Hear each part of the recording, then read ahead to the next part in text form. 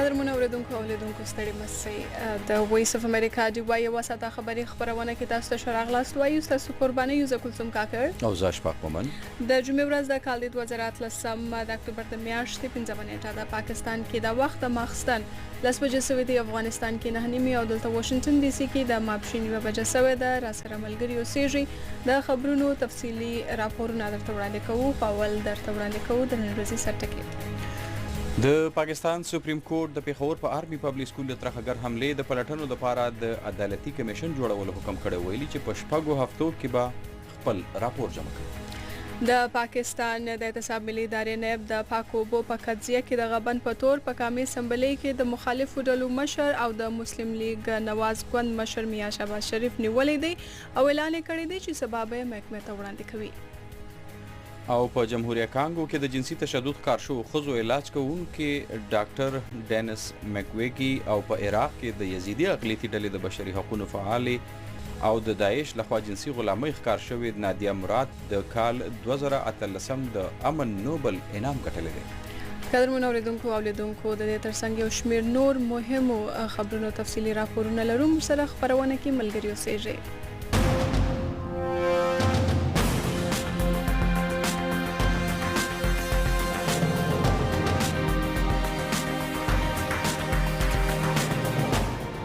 ګرانو قدرمنو د وایس اف امریکا ډیوه ریډیو د ټي وي او ساته خبري خبرونه ته نیخ پنیغه د واشنگټن ډي سي نه وګړي د دسمبر په 14 نیټه کال 2014 کې د پیښور په آرمي پبلک سکول د ترخګر حمله په نتیجه کې 150 کسان وژل شوي چې پکې تر 140 پورې ماشومان وو دغه پیښې تر دې وخته د پلټنو عمل هغه سرته ونه رسید او وخت په وخت باندې دغه د ځینې وجوهاتو له کبله د ځنډکار شو اوس د دغه لپاره د پاکستان د سپریم کورټ چیف جسټس ثاقب نثار د پلټنو لپاره د کمیشن جوړولو امر کړی دی په دغه باندې نور تفصیل تاسو ته ډیوه خبريال اورنګزیب خان وړاندې کوي 14 دسمبر کال 2014 پیښور آرمي پبلک سکول باندې برید پلټنو لپاره د پاکستان ستر محکمې یو عدالتي کمیسیون جوړولو امر کړی دی کوم چې شپږو کې خپل تحقیقات سرته رسوي د ستر محکمې د ریکسیزه بنچ چې مشري یې چیف جسټس ثاقب نثار کوله د عدالتي کمیسیون جوړولو امر کړی دی وړاندې د کال مې په میاشت د پیښور سفر په مهال چیف جسټس ثاقب نثار د عدالتي بنچ جوړولو خبره کړې و او نن عدالت کې دوی د آرمي پبلک سکول برید کې وژل شوی ماشومانو والدین نه په دې بخښنه هم غوښتې ده چې د کمیسیون جوړېدو کې دومره وخت تیر شو چیف جسټس وینا وه چې ټول کام په دې غم کې برابر شریک دی او دوی به خپله اکتوبر 14 نیټې آرمي پبلک سکول ته ځي درې کسیزه بنچ وینا وه چې د پیښور اعلی عدالت مشر قاضي یو سینیر جج په مشرۍ کې دا کمیسیون جوړ کړي کوم چې شپږو کې خپل تحقیقات تکمیل ته رسوي د ستر محکمې لخوا د عدالتي کمیسیون جوړولو امر باندې د آرمي پبلک سکول پیښه کې وژل شوی یو ماشوم پلار اجون خان اطمینان څرګند کړی دی خدای یې هم ویلي دي تر وخت پورې به انصاف د پر خپل هڅې جاري ساتي تر کومه دوی ته دا ملاو شوی نه وي اجون خان وای حقیقت دا دی چې د دې کمیشن د جوړینو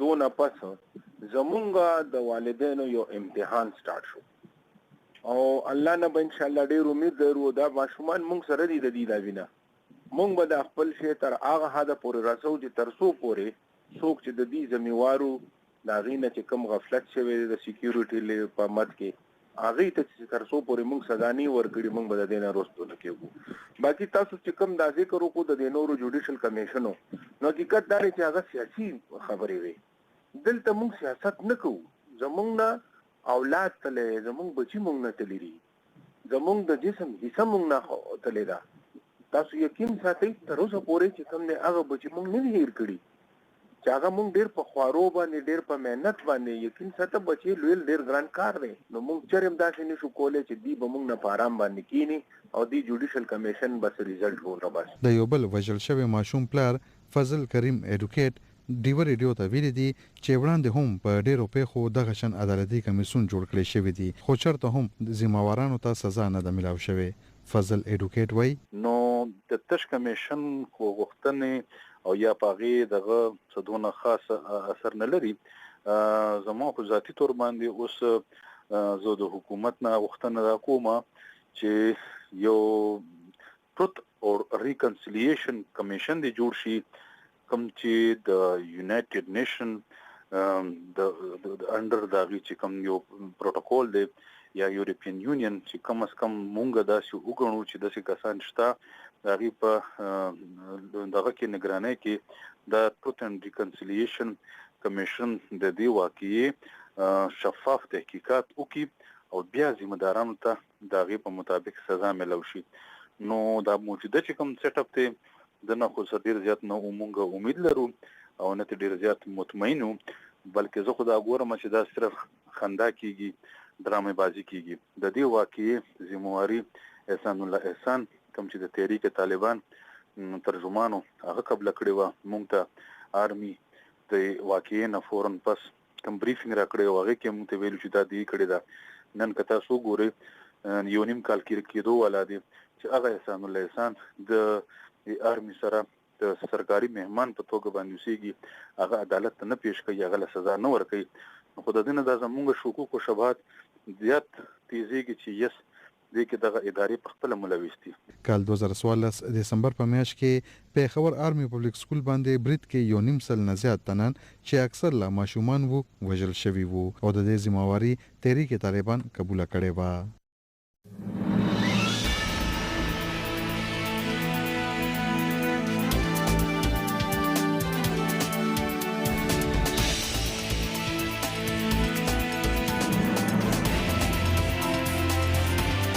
داسې یو ملک بل هم شته چرته چې سعودي عرب او ایران یو بل ته په مورچو کې ناستي او د دنیا ورته لا خیال نه دی. دا ملک افغانستان دی او یقینا چې د دې دواړو ملکونو د تربورولۍ د لاسه غیر محکم افغانستان به د غربي دنیا سرخوږی نور ډیر زیات دي. امریکایي او بهرنۍ میډیا پاکستان او افغانستان ته څنګه ګوري؟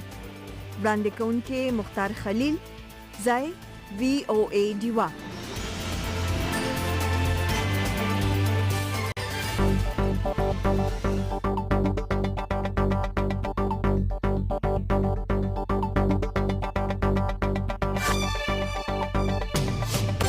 وایس اف امریکا ډیوه د یو ساعته خبري خبرونه دوام لري. د واشنگټن ډي سي د سټوډیو څخه خبرونه تاسو وړاندې کیږي. خبرونه کې راپور درته لرو. پاکستان ستر عدالت یا سپریم کورټ درې کسیزه بنچ په د ګل د روزي څخه د عیسائی میرمن آسیا بیبي د قضیه اورونه کوي او آسیا بیبي ته د مذهب د سپکاوي په تور کال 2010 کې د مرګ سزا ورول شوې و. په دې اړه تفصیلات تاسو ته د ډیوه خبرياله رابعه پیر په یو راپور کې لري. د پاکستان ستره محکمه به د مذهب د سپکاوي په تور کې د پانسي سزاواره ګرځول شوی آسیا بیبي د اپیل اوریدنه راتلونکي دوشنبه یا د ګل په ورځ کوي. د عیسائی ورورلوي سره تعلق لرونکي یو 50 کلنی آسیا بیبي ته کال 2010 کې د مذهب د سپکاوي په تور کې سزا افرول شوې و. د ډیوه ریډیو سره خبرو کې د آسیا بیبي وکیل سیف الملوک وویل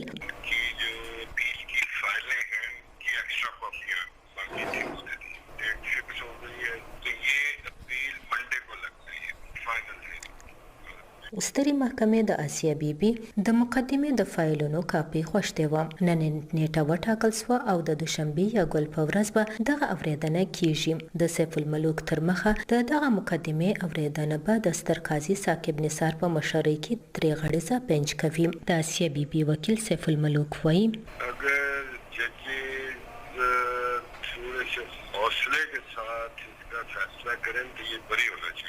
کچري قاضیان سره ټینګي په دغه مقدمه کې هیڅ هم نشته او آسیا بیبي خوشي کېدای شي. آسیا بیبي کال 2009 کې د مذهب د سپکاوي په تور کې نیول شوی او کال 2010 کې ورته یو ځای عدالت د پانسي سزا اورولې و. کال 2014 کې لاهور های کورټ د دوی د اپیل په جواب کې دغه سزا برقرار ساتلې و. خو کال 2015 کې سترې محکمې د آسیا بیبي د پانسي پر سزا سټي آرډر جاری کړو. د مقدمې آخري اوریدنه کال 2019 2019 کې د سترې محکمې 3 غړیزه بنچ کړې و، خو وروسته د دغه مقدمې اورېدنې کوونکي قاضي حمید الرحمن د بنچ څخه جدا سوی و. قاضي حمید الرحمن ویلي و چې هغه وخت د اسلام آباد های کورټ ستر قاضي و کله چې د پنجاب د گورنر سلمان تاثیر د وژنې د مقدمې اورېدنه کړې و. سلمان تاثیر د هغه په دغه دریس چې د مذهب د سپکاوي قانون په غلطه توګه استعمالیږي او آسیه بیبي ته پکار دی انصاف ورکړي سي، په کال 2011 کې خپل یو محافظ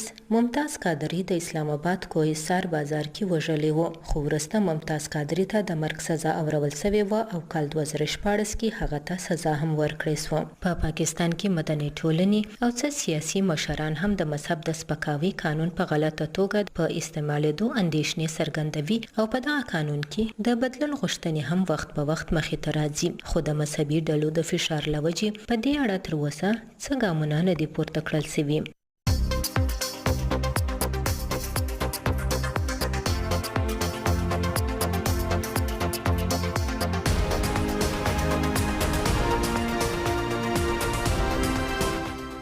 د امریکا د ګډو پوځونو مشر جنرال جوزف ووټل په پینټاګان کې د میډیا سره خبرې اترې کړې دي. د ترهګرۍ پر ضد د امریکا په پالیسۍ باندې دوی ځینې مهمو پوښتنو ته ځوابونه کړي. زموږ همکار پیر زبیر شاه صاحب موږ سره موجود دی، د هغې سره په دغې خبرې کوو.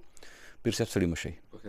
پیر صاحب، جنرال جوزف ووټل کومې داسې مهمې خبرې وې چې هغې طرف ته اشاره کړې په دغه خپله خبرو کې؟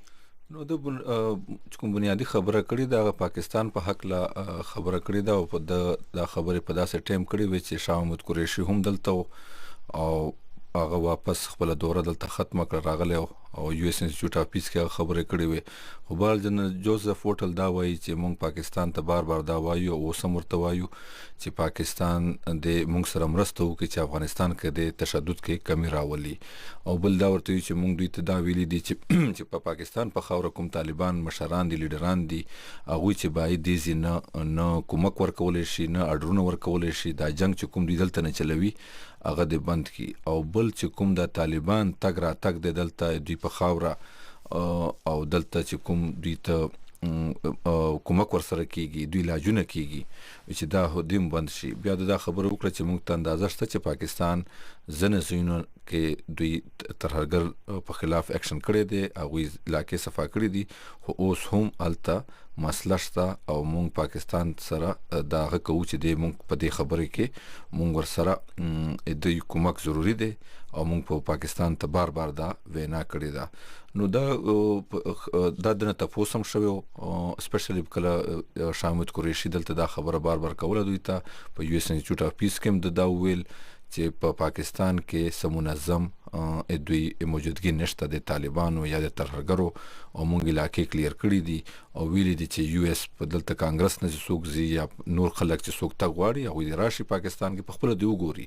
خو بهرحال جنرال جوزف دا وایي چې دوی ځنه خبرې ټیک دي چې واقعي دوی اپریشن کړی دي، خو اوس هم دا د چې ځنه علاقې شته چې الته دوی اوس منظم دي. او بل بنیادی خبره دا و چې کوم د مخکم کړی دا چې پاکستان کې چې کوم ځالې دي، پاکستان کې چې کوم مشران دي او د دا ویلي چې پاکستان د پکار دی چې دوی خبرو میز ته راولي طالبان او دوی چې پاکستان کولی شي کو دوی فشار په واچولو او کو دوی وغوښتل.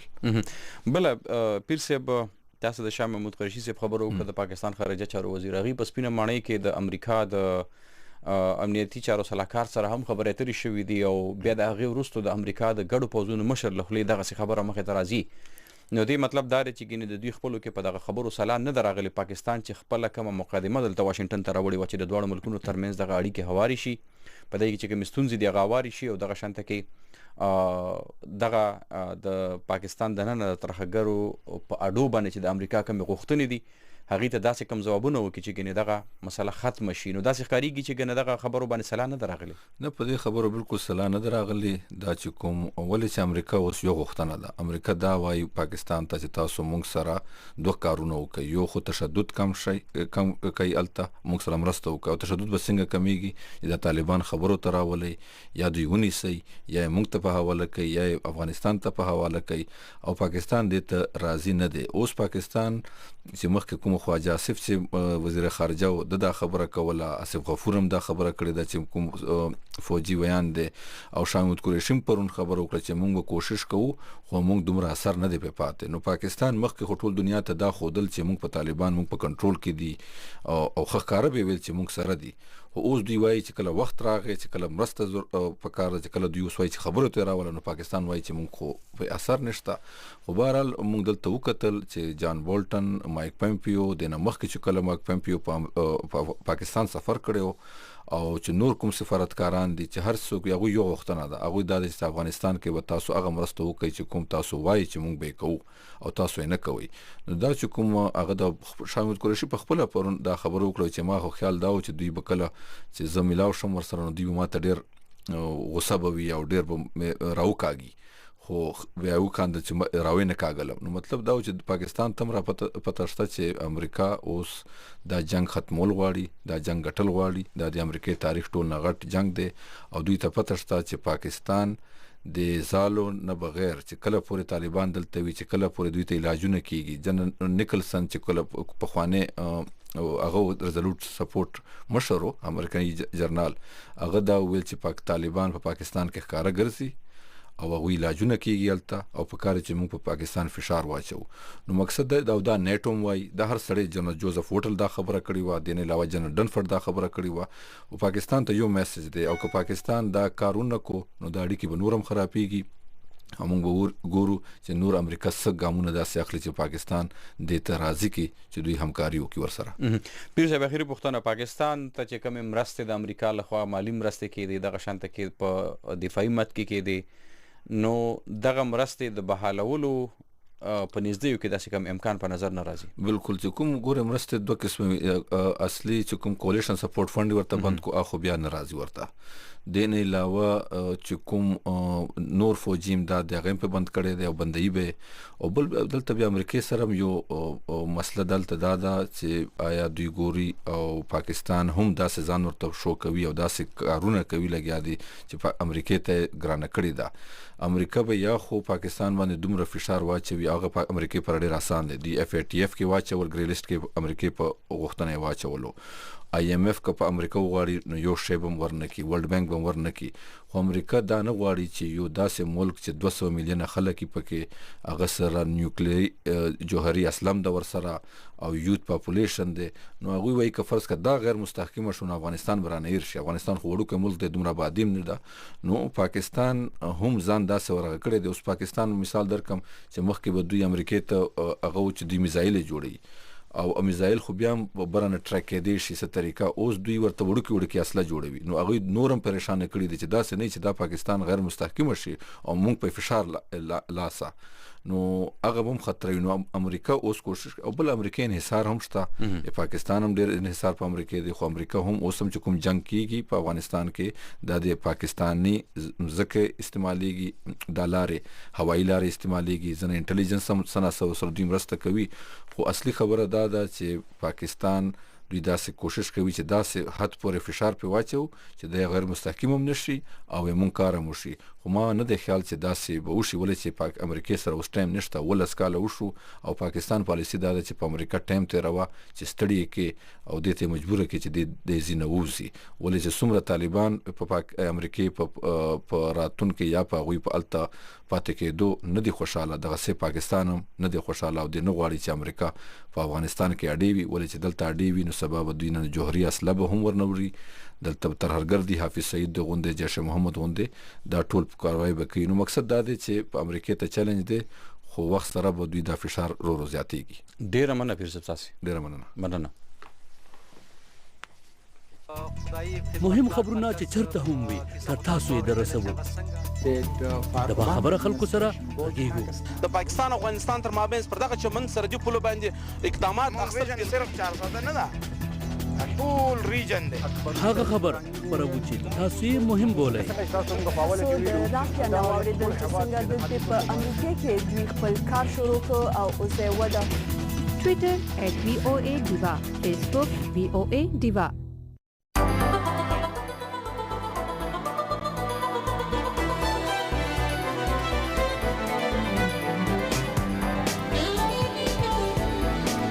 وایس اف امریکا ډیوه ده. د پاکستان د احتساب ملي ادارې نیب د پاکوبو په قضیه کې د غبن په تور په کامې سمبلې کې د مخالفو ډلو مشر او د مسلم لیگ نواز ګوند مشر میا شهباز شریف نیولې دی او اعلان کړی دی چې سبا به محکمې ته وړاندې کوي. په دې اړه نور تفصیلات است د ډیوه خبريال پیر ولایت شاه په راپور کې لري. پاکستان کې د احتساب ادارې د ملک تر ټولو لوی حکومت مخالفه مسلم لیگ نواز ګوند صدر شهباز شریف سرکاري خزانه لوټلو په تور گرفتار کړی دی او د ته عکس العمل کې مسلم لیگ نواز ګوند په واکمن تحریک انصاف ګوند باندې د خپل سیاسي مخالفینو په ضد انتقامي کاروایو تورونه لګولې دي. بلخو حکومتي وزیران وایي چې په راتلونکي کې به د مسلم لیگ نواز ګوند نور ډیر مهم لیډران نیول کیږي. د پنجاب ایالت پخوانی اعلی وزیر او ملي اسمبلی کې د مخالف ډلو مشر شهباز شریف په ضد د احتساب ملي ادارې ډیر وخت راهسه پلټنې کولې او نن چې کله د لاهور کې د نیب دفتر ته ورغی نو لږ ساعت پس د گرفتاری خبر مخې ته راغی. د احتساب ملي ادارې اعلامیه تر مخه شهباز شریف آشیانه هاوسینګ سکیم یا په ارزان نرخونو ولسته استوګنې ورکولو په کیس کې گرفتار کړی شوی دی او اعلامیه زیاتوي چې شهباز شریف به سباله د احتساب لاندې عدالت ته وړاندې کولی شي. د شهباز شریف د گرفتاری په وخت لاهور کې د احتساب ملي ادارې دفتر نه غیر چاپیره په لوی شمیره کې پولیس پزې کړی شوی او دغه گرفتاری په ضد د مسلم لیگ نواز ګوند کارکونانو احتجاجي مظاهره کړې ده او د ته عکس العمل کې د مسلم لیگ نواز ګوند سره تړاو لرونکي د ملي اسمبلی غړي او د شهباز شریف نږدې ملګری رانا ثنا الله د حکومت انتقامي کارروایی بلی. देखिए मुस्लिम लीग नून का रद्द अमल मैं समझता हूँ कि इसके ऊपर हमें बड़ा जो है वो कैलकुलेटेड जो है वो रिस्पांस जो है वो देना चाहिए क्योंकि ये बात किसी के वहमो गुमा में भी नहीं थी कि ये लोग किस हद तक जो है ये जा सकते हैं. دی وای چې موږ به په ډیر سوچ سره د گرفتاری باندې خپل عکس العمل ښکارا کوو ځکه چې موږ دا سوچ هم نشو کولای چې ګنی واکمن ګوند به د خپل سیاسي مخالفینو په ضد تر دې حد پورې زی. د احتساب اداره د ډیر وخت راهسه د شهباز شریف په واکمنۍ کې د صفا اوبو او د استوګنو د صفایو د ولس ضرورتو سره تړل شپږ 50 کمنیانو د جوړخ او د دې د خرچو پلټنې کوي او د پنجاب حکومت د اطلاعات وزیر فیاض الحسن چوهان داوا کوي چې په خوانی اعلی وزیر او د نږدې ملګرو د کمنیانو لپاره اخودل شوی بجټ کې په 100 ارب روپے غبن کړي دي. क्लियर है आज चीमा साहब ने फवाद हसन साहब ने एक चीज जो है वो नैब के सामने क्लियर बता दी है कि किस किस अंदाज से इस मुल्क को और इस सूबे को इन्होंने लूटा है. ये तो नैब कर रही है और नैब एक आजाद अदारा है. دی وای چې د شهباز شریف په واکمنۍ کې د نږدې لوړپوړي سرکاري چارواکو چې دا وخت د احتساب ملي اداره په ولکه کې د ټول حلونه ویلي چې دوی په ډول سرکاري خزانه لوټلې ده. فیاض الحسن چوهان د شهباز شریف په گرفتاری کې د حکومت د ککړتیا تورونه رد کړي دي او د ریسک خپل کړي چې احتساب ملي اداره یو خپلواک اداره ده او د حکومت په هیڅ کنټرول نشته دی.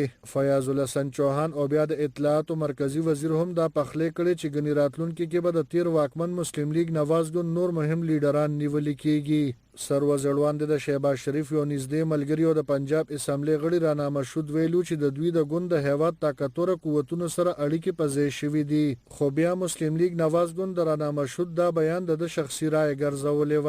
دا په داسې حال چې مسلم لیگ نواز ګوند په شمول یو شمېر مخالفه ګوندونه تور لګوي چې ګنتیر جولای میاشت کې شوی عام انتخاباتو کې د هیواد طاقتور ادارو تحریک انصاف سره ملاتړ کړی دی او دغه مرستو له کبل دوی د پاکستان په ولس باندې د تحریک انصاف ګوند واکمنی ورته پلې ده خو د پاکستان فوج په ملکی سیاسي چارو کې د لاسوخنې تورونه ردوي. پرستو کې اسلام آباد های کورټ د احتساب لاندې عدالت نه سزا یافته د شهباز شریف رور او د هیواد په خوانی وزیر اعظم نواز شریف هم په ضمانت خوشی کړي دي او سیړون کې وایي چې د نواز شریف د خوشی کېدو سره ترنګلي ملکی سیاسي ماحول په ځکه کېدو چې کم آثار پیدا شو هغه د شهباز شریف گرفتاری سره لا نور هم د بے باورۍ ښکار کېدلی شي.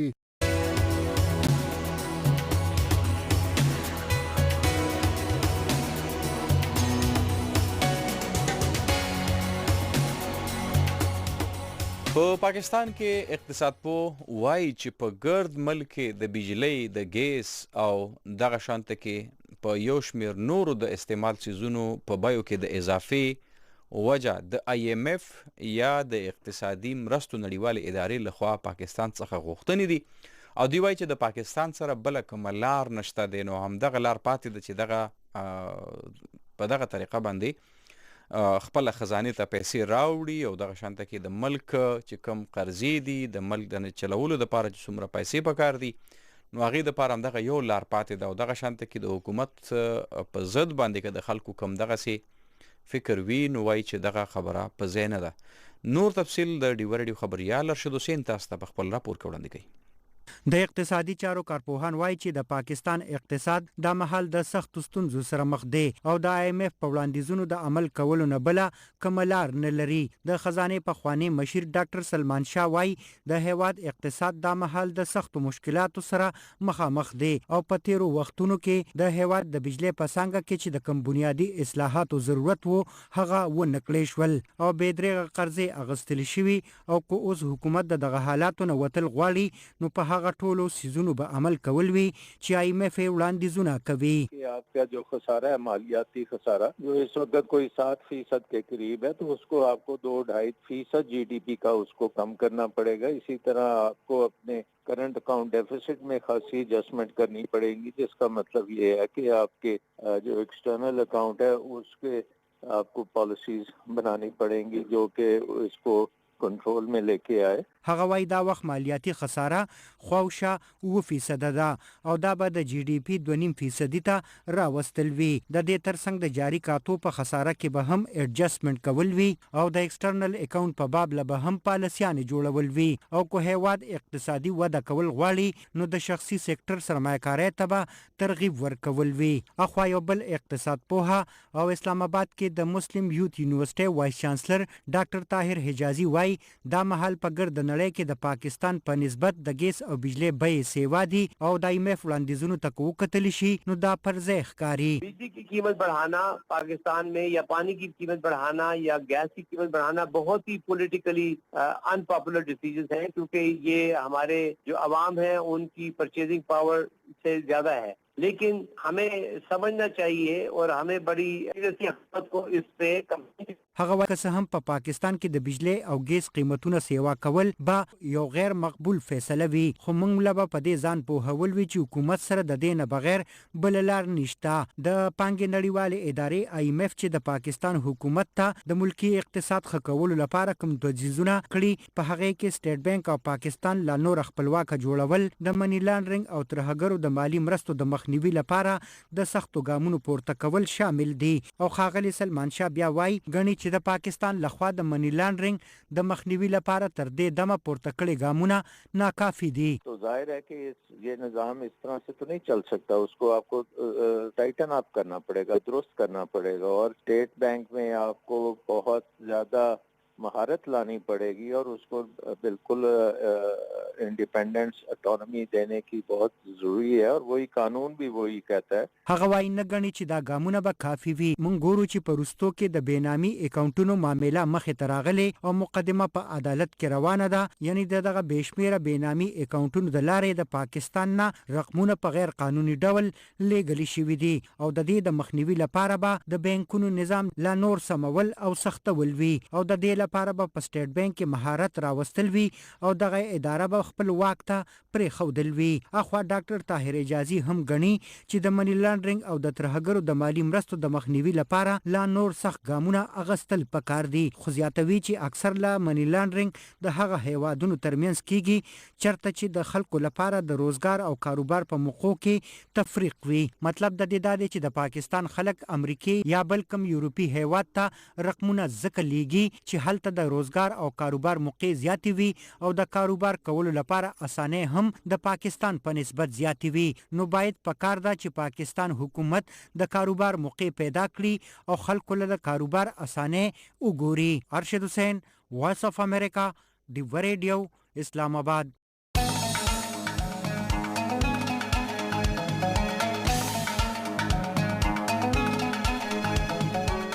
وایس اف امریکا ډیوه د پاکستان د اقتصاد په اړه یو بل راپور درته وړاندې کوو چې په پاکستان کې د سیمټو او د سریو په بیو کې اضافه شوې ده او په دې وروستیو ورځو کې دغه د 100 روپو څخه زیاته اضافه لیدل شوې ده چې لوجې په مارکیټ کې سپلای کم او ډیماند زیات شوی دی. په دې اړه تفصیلات تاسو ته د ریاض حسین په راپور کې لرو. په خیبر پښتونخوا کې د ودانۍ د بنیادی ضرورتونو سیمټو او سریې په بیو کې د سلونه تر 1.5 سل روپۍ پورې اضافه شوې ده او کاروبار کوونکي وایي په مارکیټ کې د ډیماند او سپلای د ستونزو لوجې دغه بیې جګې شوې دي. په مردان ضلع کې مقامي اوسیدونکي وایي د سیمټو د ګرانۍ په وجه هغوی ته ګڼ شمېر مشکلات مخې ته راځي. خو د کاټلنګ روډ باندې غلامو ماشین نه رالم سیمټ به کور جوړو سیمټ هم پکارو ډیر زیات وګرځېدم شټرینګ په نیمه کې پاتې دی مخکې له دې نه 15 ورځې مخکې چې کم دی نو شل کم او 10 کم او 10 کم په 600 روپۍ 1500 بورۍ وه اوس په 600 شوله بیا په شل د پاسه شوله اوس په 950 هم نه میلاویږي په ټول مردان کې ګرځو سیمټ نه میلاویږي دلته رالم نو دلته کې راته 50 بورۍ میلاو شوې نو دا مې د گاډي کې واچول نو دا وړم هلته کې مې چر د کور مې په نیمه کې پاتې کېږي نو یو په سله را باندې ګرانم شو او میلاویږي هم نه تکلیف ډېر دی. په ورستو کې مرکزی حکومت په قامي بجټ کې هم بدلون راوستی وو چې پکې په درآمداتو ټیکسونه لګولي شوي وو او په کارخانو کې استعمالیدونکي ګیس په بیو کې د 13 تر 40% پورې اضافه هم کړې وه خو د هغې منظوري 13 ورځ پارلیمان ورکړې وه او حکومت ویلي وو چې دغه قیمتونه به د روانې میاشتې د لومړۍ نیټې نه عملي کیږي. دا وخت په مارکیټ کې د سیمټو د یوې بورې بیه د 950 روپۍ نه تر 960 روپۍ پورې رسیدلې ده او د دې نه وړاندې په مارکیټ کې د سیمټو د یوې بورې قیمت 480 روپۍ نه 1500 روپۍ او هم د دې ترڅنګ د سیخ بیه 15000 روپۍ ته یو ټن رسیدلې دي او کاروبار کوونکي وایي شل ورځې وړاندې د سیخ د یو ټن بیه 28000 روپۍ وه. په دې حق له د سیمټو او سریې د کاروبار سره تړلې محمد اسلام وایي د مینی بجټ وروسته په مارکیټ کې سیمټ نشته او زیاتره د مارکیټ ریټ نه په اوچته بیه خرڅیږي. دوی زیاتوي چې په مارکیټ کې د سیمټو د کمی په وجه د سیمټو ډیماند زیات شوی دی خو د کارخانو لخوا سپلای راکمه شوې ده. بنو د مینی بجټ څه شوی دی د دې نه پس دا موږ ته ملاویدل 490 595 کې ملاویدل مارکیټ کوم 510 505 اوس موږ ته په خپل خرید چې کم دی 600 پورې موږ په خپل خرید راکړي نو مارکیټ کې په 610 هم خرڅو 615 هم خرڅو 605 هم لګا د غلفته روپیا به بیا زمونږ ګټي کنه او جاوا نو دا بره نشي ګران دی نو بیا موږ دلته ځکه ګران خرڅو سریه خو دي تقریبا نو د دې خپل ریټ 70 71 ډیره مودره چلیدلو بیا د دغه نه پس د الیکشن نه پس بیا واپس راغلی و 81000 روپۍ ته ټن 81 اوس بیا نن سبا مارکیټ 95000 روپۍ ټن دی نو تقریبا 12000 روپۍ ټن سریم ختلې ده. د پاکستان نه اکثره سیمټ بهر هیوادونو افغانستان افریقا او هند ته هم برآمد کیږي او د حکومت لخوا په دغه کارخانو په روان بجټ کې ټیکسونه نه دي لګولي شوي او ځایي اوسیدونکي وایي باید چې حکومت په صوبه کې د کارخانهدارو په ضد کاروایي وکړي او خپل واک پرځای کړي. ریاض حسین وایس اف امریکا ډیوه مردان. زه چې یوه ښځه یم زما نوم طاهره دی او زه یو سماجي کارکن یم. زما نوم شازي اورنګزیب خان دی او زه سیاست مدار یم. تعلیم زما حق دی. زم ګلان په کراچۍ کې اوسېږم او سبق هم په کراچۍ کې وایم. زما نوم کامله خان میا خیل دی د خپل ژوند ټول مقصد می مېرمنو په سیاست کې اچولی دی. زما نوم ډاکټر زهره دی او زه هسپتال کې کار کوم. زه د خپلې خوښې د ژوند حقداره یم. زما نوم زهرا شاه دی. زه په کراچۍ کې د زنانو د جنکو او د ماشومانو د تعلیم او حقونو لپاره هلې ځلې کوم. زه د نوې زمانې تکړه پښتنه یم. زه بیبي شیرینه یم.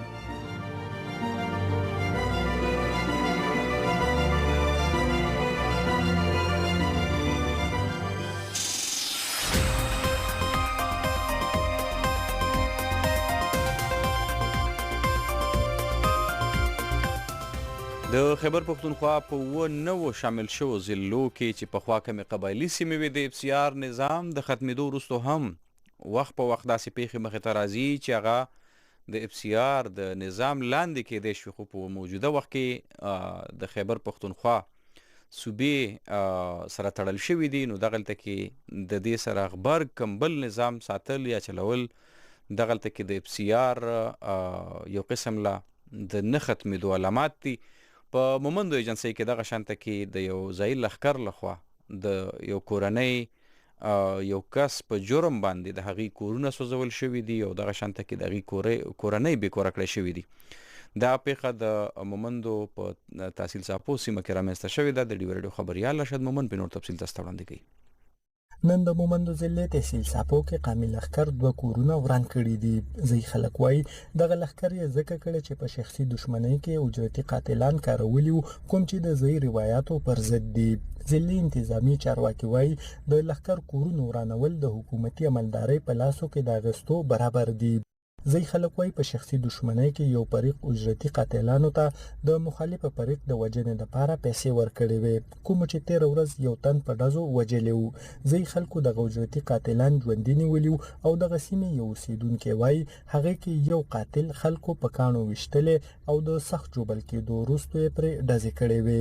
دا کس یې نیولی وو او چې کله یې ونیو نو د هغې نه پس د قوم دا کس تنګسار کو مړی کو په کمرې ویشتو او ډېر وروسته په تمانچه مې یو ډز ویشتلی وو او پیل کس د خلک کمرو باندې دا کس ویشتلی دی او وګوالی دی په ډانګو مانګو باندې او ډېر بد حال یې وله کړی، دا مخ یې بیخي خراب وو.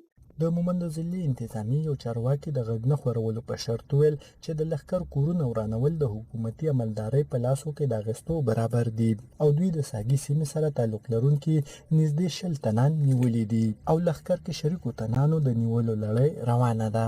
خو نن د لښکر نه وړاندې کېدونکي جرګه کې شامل نثار مومند وایي که حکومتي چارواکو په وخت ګامونه پورته کړی وی نو ممکن و چې د لښکر ضرورت نه و پېښ شوی.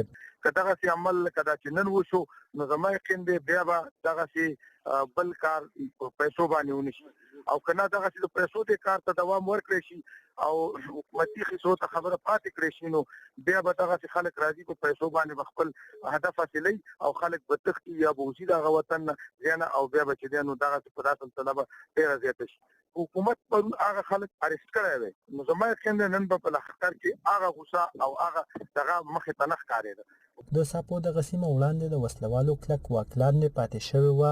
دلته ګڼ شمېر امنیتي ادارو اهلکار اوس هم موجود وي. د وسلوالو راتلو سره سم قامي لښکرې ختمې شوې وي خو ولې اوس بیا دغه روایت شروع شوی دی. ارشد مومند، وایس اف امریکا، ډیوه، شب قدر.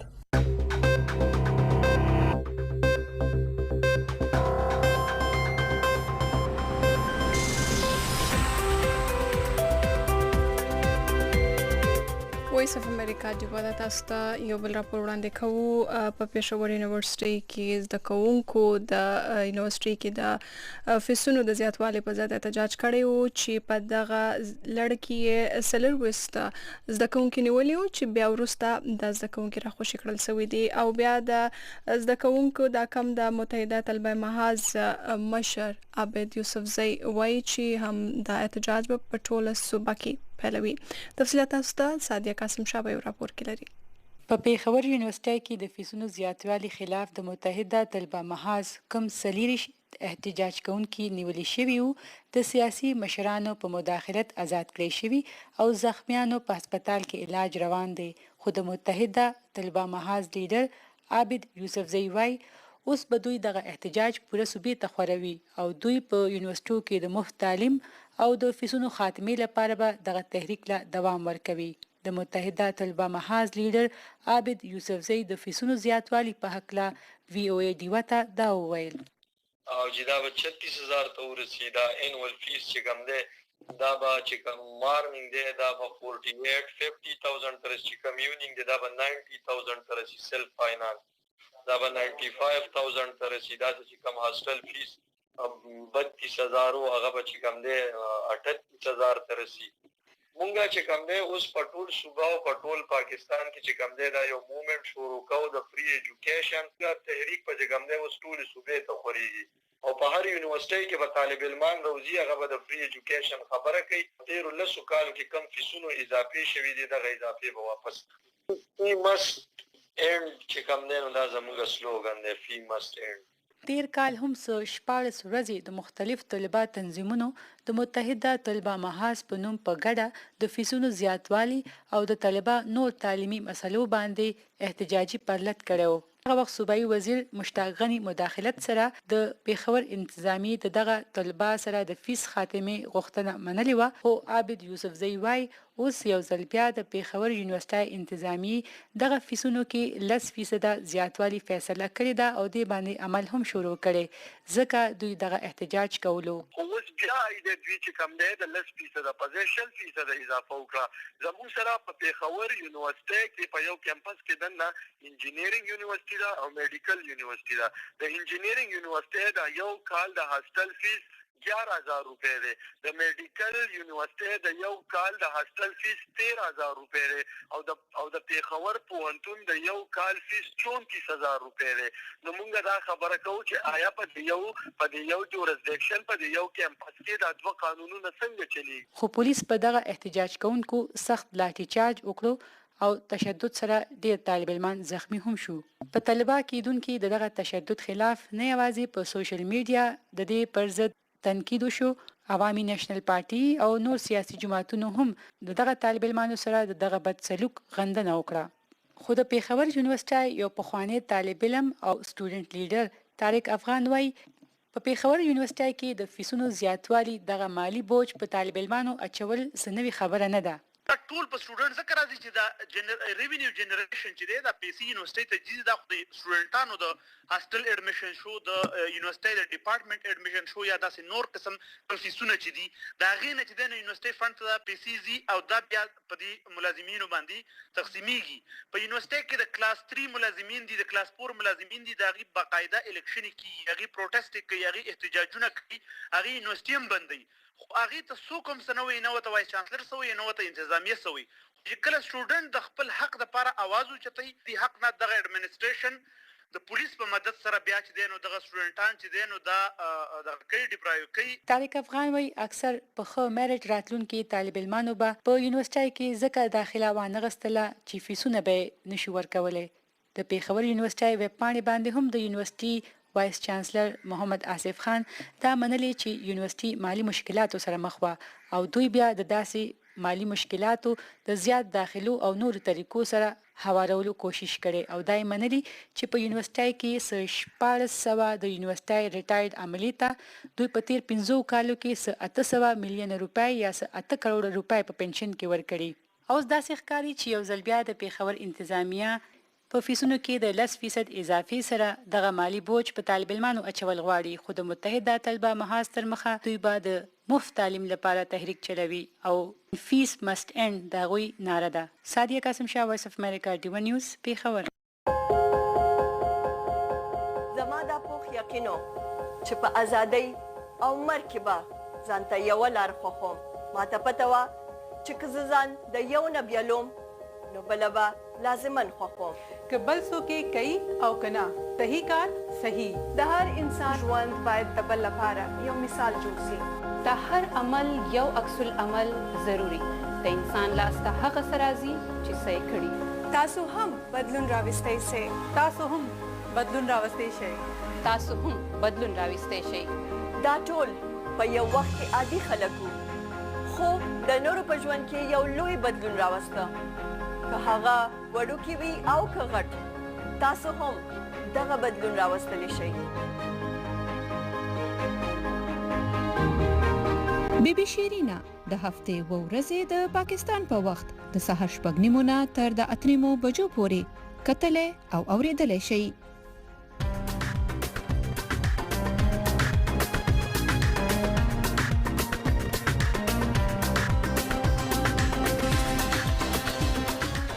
په جمهوریت کانګو کې د جنسي تشدد خارشو او خزو علاج کوونکي ډاکټر ډینس میکویګي او په عراق کې د یزیدي اقلیتي ډلې د بشري حقوقو فعال او د داعش په د لخوا جنسي غلامۍ ښکار شوې نادیه مراد د کال 2013 د نوبل جایزې ګټونکي ګرځولې دي او په دغه باندې د وایس اف امریکا راپور تاسو زموږ همکارا کلسون کا کړوان کوي. د کال 2013 د امن او د سولې په برخه کې د نوبل نړیوال انعام د جنسي تشدد اغیزمنې عراقي ښځې نادیه مراد او د افریقې د کانګو هیواد یو ډاکټر ټینس مکویش ته د جنسي تشدد په ضد د هغوی د مبارزې په بدل کې ورکړل سو. 25 کلن نادیه مراد د عراق له یزیدي لږکیو سره تړاو لري چې د ګډو نورو یزیدي ښځو په ګډون د دولت اسلامیه یا د داعش ډلې وسله والي د جنسي تشدد اغیزمن سوی. او وروسته په جګړه کې د جنسي تشدد په ضد مبارزه کړې ده. 30 کلن کانګوي ډاکټر ډینس مکویج یو ګاینیکولوژیست یا د ښځینه ناروغیو ماهر دی چې د خپل همکارانو په ګډون د خپل هواد کانګو په کورنیو جګړه کې د جنسي تشدد ښکار زرګونو ښځو درملنه کړې او هغه په نړیواله کچه د جنسي تیری د زخمونو د درملنې یو تکړه ډاکټر ګڼل کیږي. نوبل کمیټې د دوی لپاره د انعام اعلانولو په وخت وویل ډاکټر ډینس مکویج او نادیا مراد په دې برخه کې زیات ونډې اخیستي او د جنگي جرمونو په ضد مبارزه کړې ده. نادیا مراد 2 کال وړاندې چې کله هغه 23 کلنه و په دې خاطر د ملګرو ملتونو د خیر ښېګړې لومړنۍ سفیر جوړه شوه چې له داعش ډلې د تشدد وروسته هغه سپډاګه کړل چې له دې سره سوي وو او دا کار د هغه شوزو د عزت د خوندي کولو په خاطر وکړو چې د بشري قاچاق وروسته ژوندۍ پاتې شوي وي. د نوبل کمیټې د نادیا مراد هڅې بسیاري او له زړورتیا ډکې وبللې ځکه چې وايي هغه په ځان د جنسي تیری تیر سوي کړهونه د نورو هغو شوزو په استازیتوب بیان کړل چې د دې غونډې د داعش ډلې د جنگي جرمونو ښکار شوي دي. نادیا مراد له هغه 3000 اټکل سوو یزیدي انجونو او شوزو څخه ده چې داعش ډلې ور باندې جنسي تیری یا ورسره نور ناوړه کارونه کړی دي.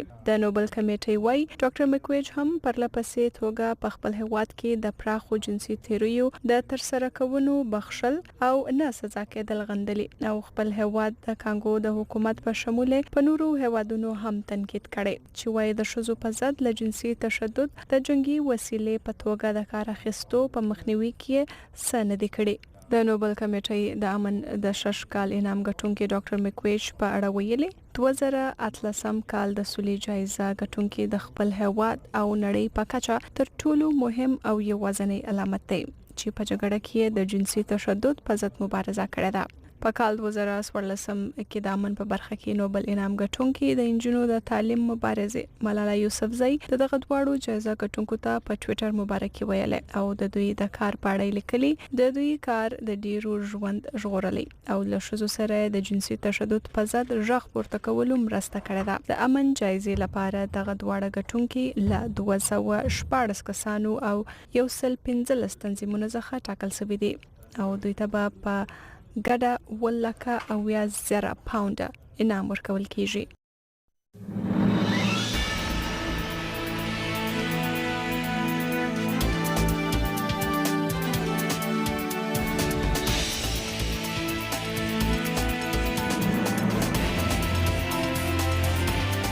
داسې یو ملک بل هم شته چرته چې سعودي عرب او ایران یو بل ته په مورچو کې ناستي او د دنیا ورته لا خیال نه دی.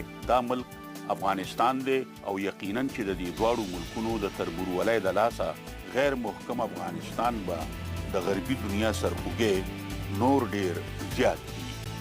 امریکایي او بهرنۍ میډیا پاکستان او افغانستان ته څنګه ګوري؟ وړاندې کوونکي مختار خلیل، ځای VOA ډیوه.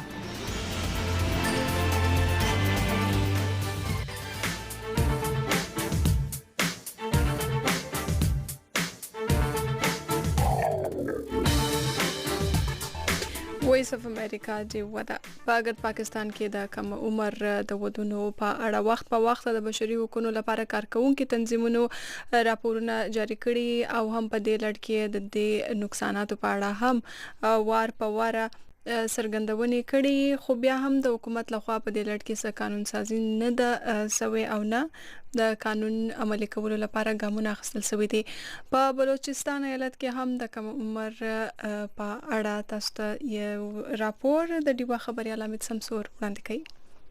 د ښځو د حقوقو لپاره مبارزه کوونکي د غیر دولتي مؤسسې له لوري په کوټه کې و خبري کانفرنس ته د وینا پر مهال باندې وویل چې په بلوچستان کې په کشنی عمر کې د نجونو د ودو د مخنیوي لپاره سي کوم پریکړه لیک تیر حکومت تیار کړی وو، خو تر اوسه پورې هغه لا نه دی منظور شوی. په دې کې د نجونو د ودونو عمر 18 کاله شودل شوی دی. سنا درانی په دې باب ویي کم بل 13 واری چې موږ اسمبلی کې پیش کړي و هغه نسو اپروو هغه پاتې سو بیا اسمبلی ختم سو چې کم نوې اسمبلی راغله دي.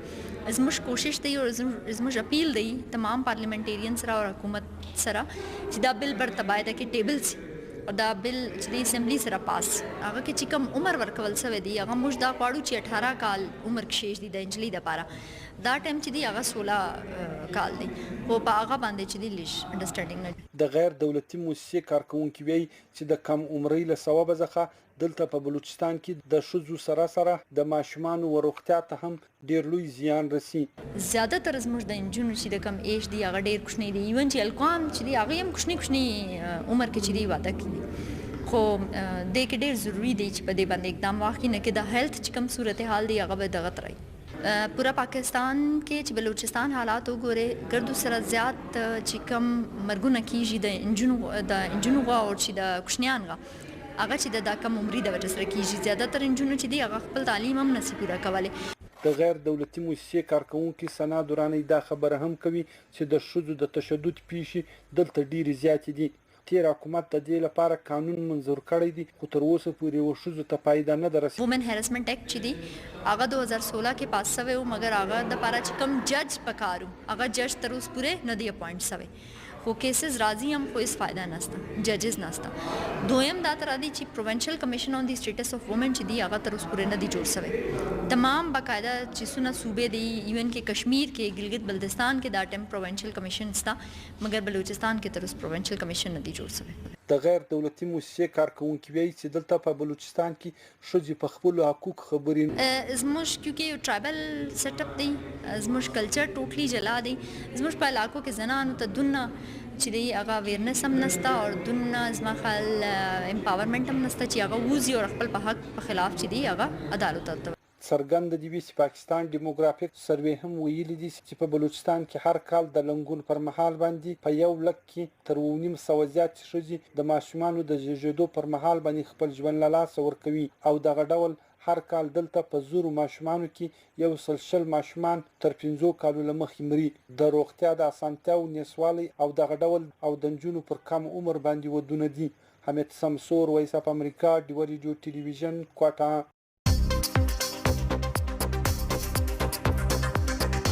نادر خان دورانی هغه تندې چې د چمن سره تعلق ساتي او دوی زړې سندرې د پښتو چې کوم د هغې ریکارډونه ځان سره ساتلي دي. د ډیوه ریډیو خبریال نعمت الله سره دی سره خبرې اترې کړي.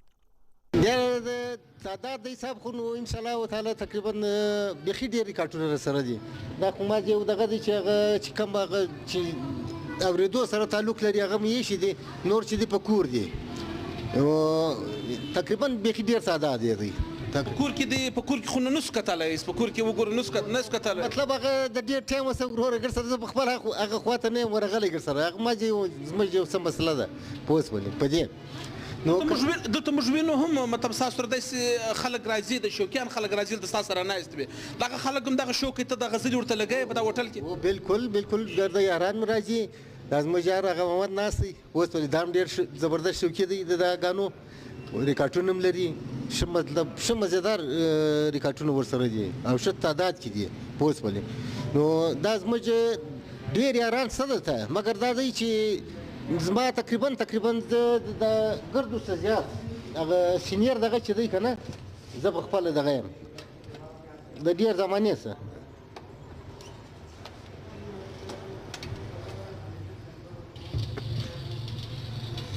دا اوس غزل ختمه سو تابل ور واچو دا بل غزل مې ور ولګوي دا آزاده دا د افغانستان دی پته کوم دی وای د افغانستان د زړو غزلو تاریخ ډیر زیات لري اې د پاکستان هغه د چا د لري د تقریبا د ډیر ګلوکارانو غیر سرسته ډیر ششه استادانو د عام ګلوکارانو هغه اوس ولې مطلب بخوانی استادان وغې دي کلاسیکل نیم کلاسیکل داسې مطلب ډېر دغه لرمه پرایویټ غزل هم راسره شته اوس لکه موږ دا ووایو مطلب یو قسم د غزلو لایبرري ستا سره شته که چیرې څوک دا وغواړي مطلب دغسې دی بیا په جدید دور کې جدید دغه کې مطلب په یو اس بي کې منتقل کړي یا په میموري کارت کې منتقل کړي که څوک دا وغواړي کولی شي که ستا سره رابطه ونیسي یاره ټایم نشته راسره که بل څوک وغواړي که بل څوک وغواړي بالکل یې ورته کوو دوسې دغه نه دی مګر خبره دا ده دا خو دی سمندر نو زه په خپله داسې حساب کړم چې په دې سمندر کې د یو قطرې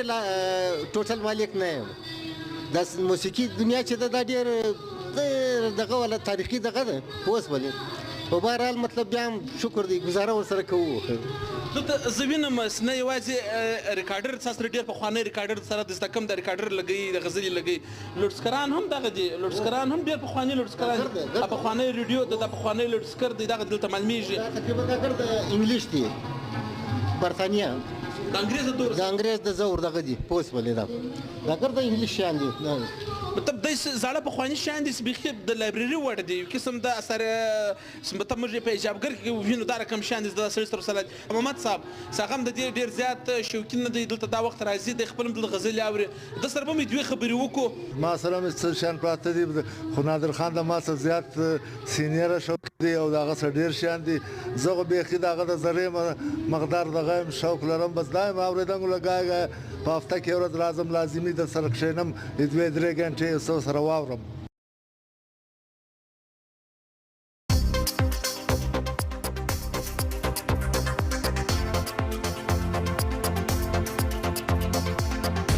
په پیښور کې قصه خواني چې چرته به قصې کې دي دغه د زرګونو کاله تاریخ دی دغلته کې ځینې مشران اوس هم دغه کوشش کوي چې دغه یو واري بیا دغه رسم راژوندی کړي دغلته کې ځوانان پروفیسوران کینی او د ملک په سیاست او په نړیوال سیاست په روانو چارو باندې بحث مباحثه کوي د ډیوه خبريال مدثر شاه ورغله د دوی سره خبرې اترې کړې دي.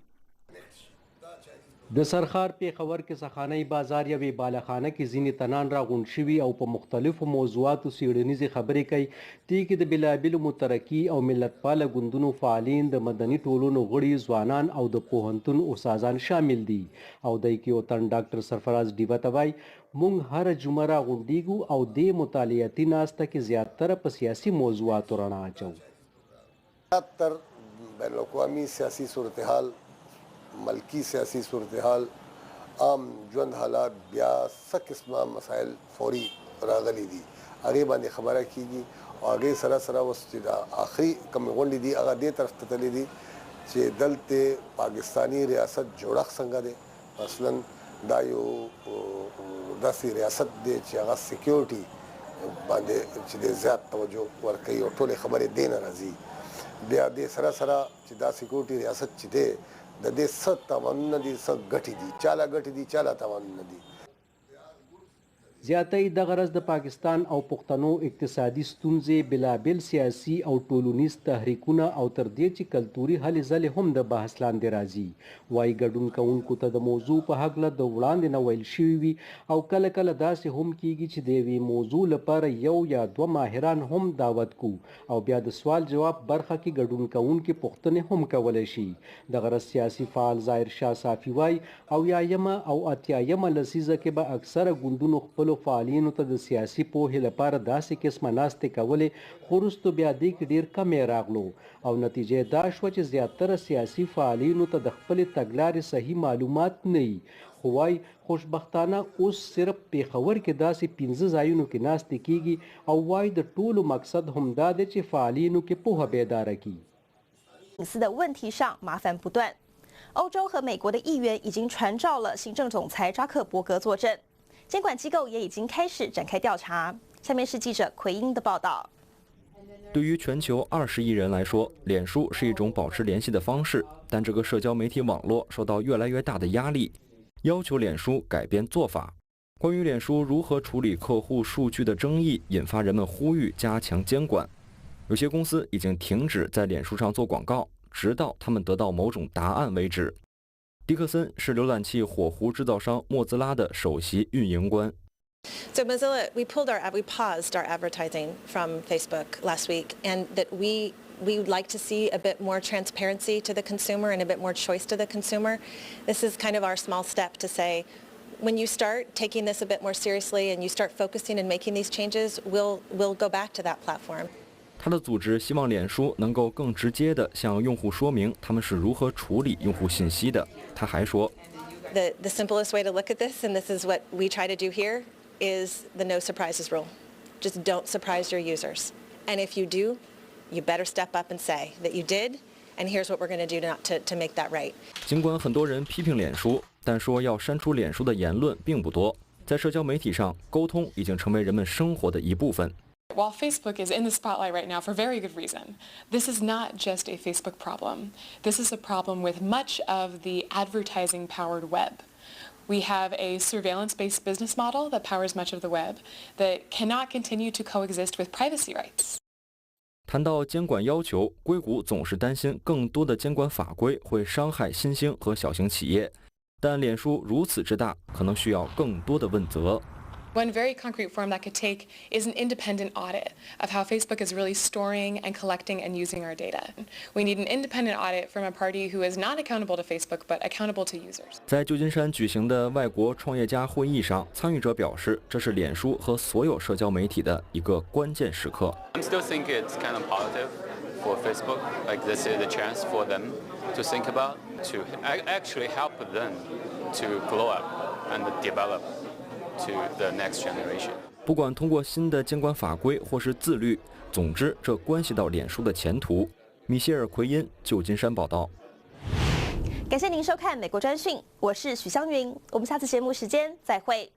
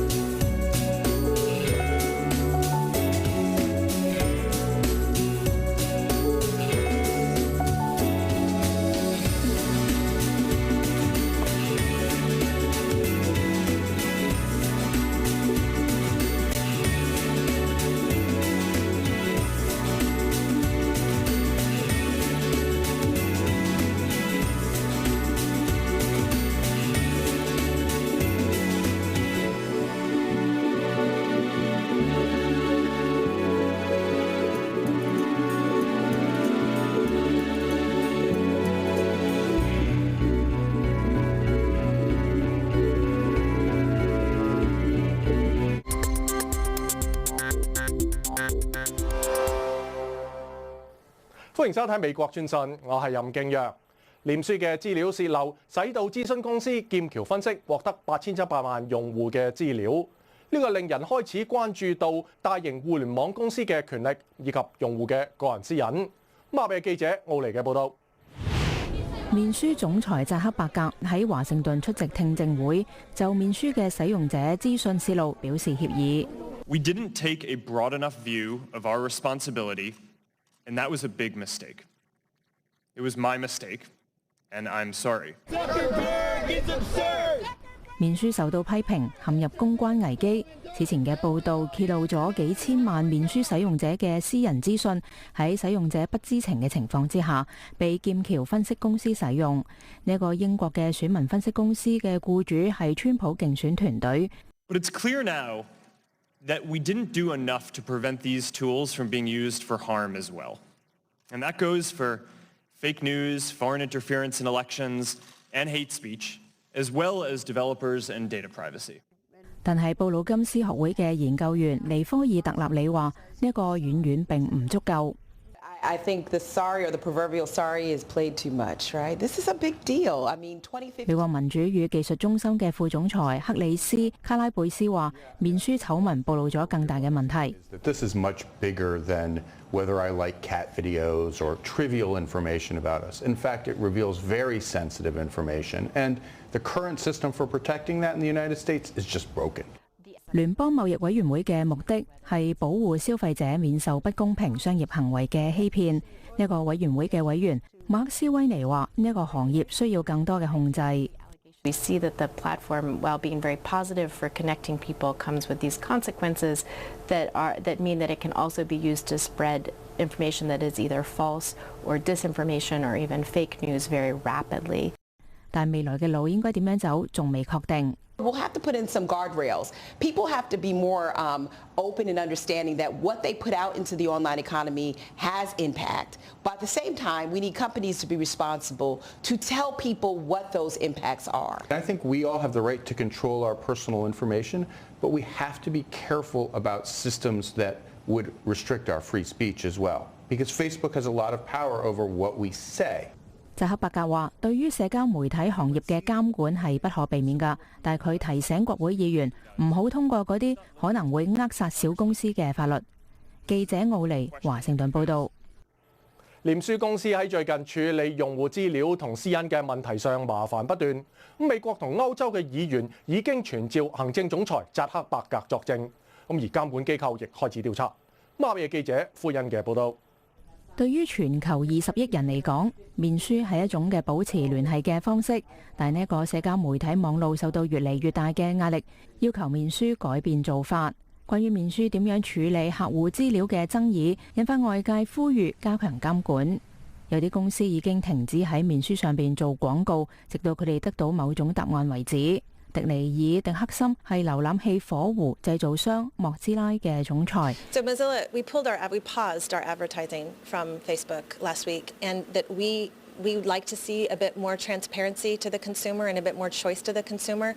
This is kind of our small step to say, when you start taking this a bit more seriously and you start focusing and making these changes, we'll go back to that platform.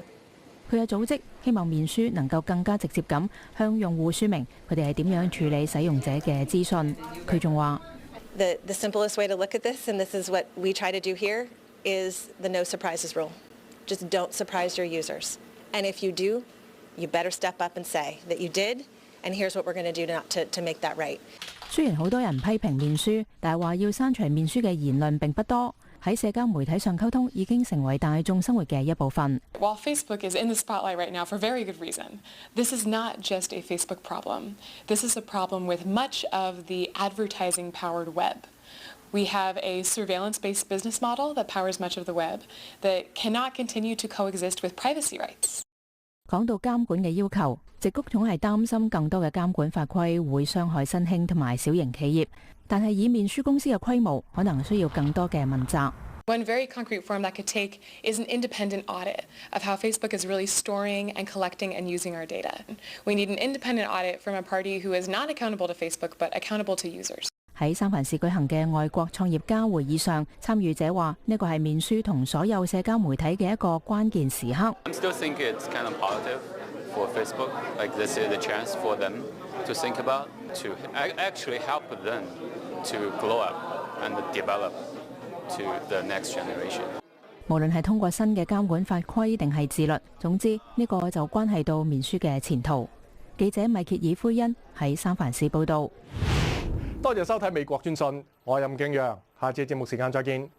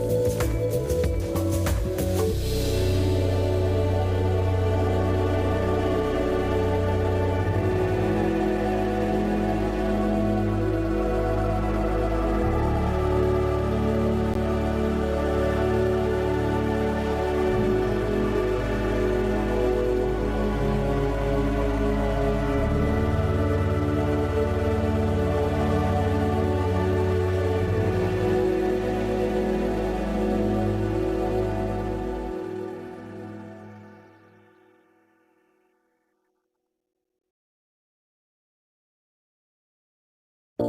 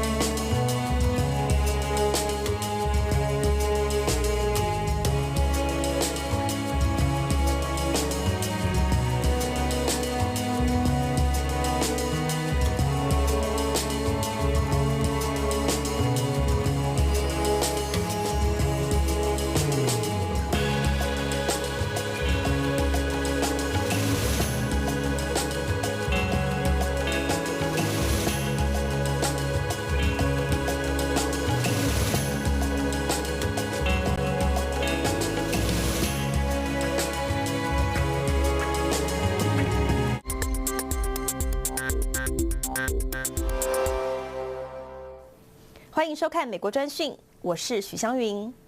脸书的资料泄露，使得咨询公司剑桥分析获得了8700万份脸书用户的资料，这让人开始关注大型互联网公司的权利以及用户的个人隐私。下面请看记者奥尼的报道。脸书首席执行官扎克伯格在华盛顿出席听证会，就脸书的用户信息泄露表示歉意。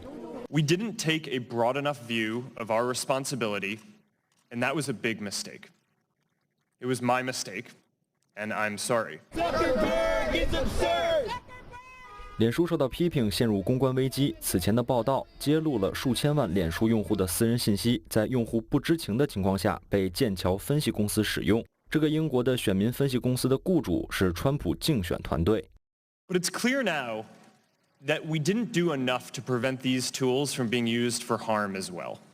And that goes for fake news, foreign interference in elections, and hate speech, as well as developers and data privacy. 但是布鲁金斯学会的研究员尼克尔特纳里说，这远远不够。I think the sorry or the proverbial sorry is played too much, right? This is a big deal. I mean, 2015.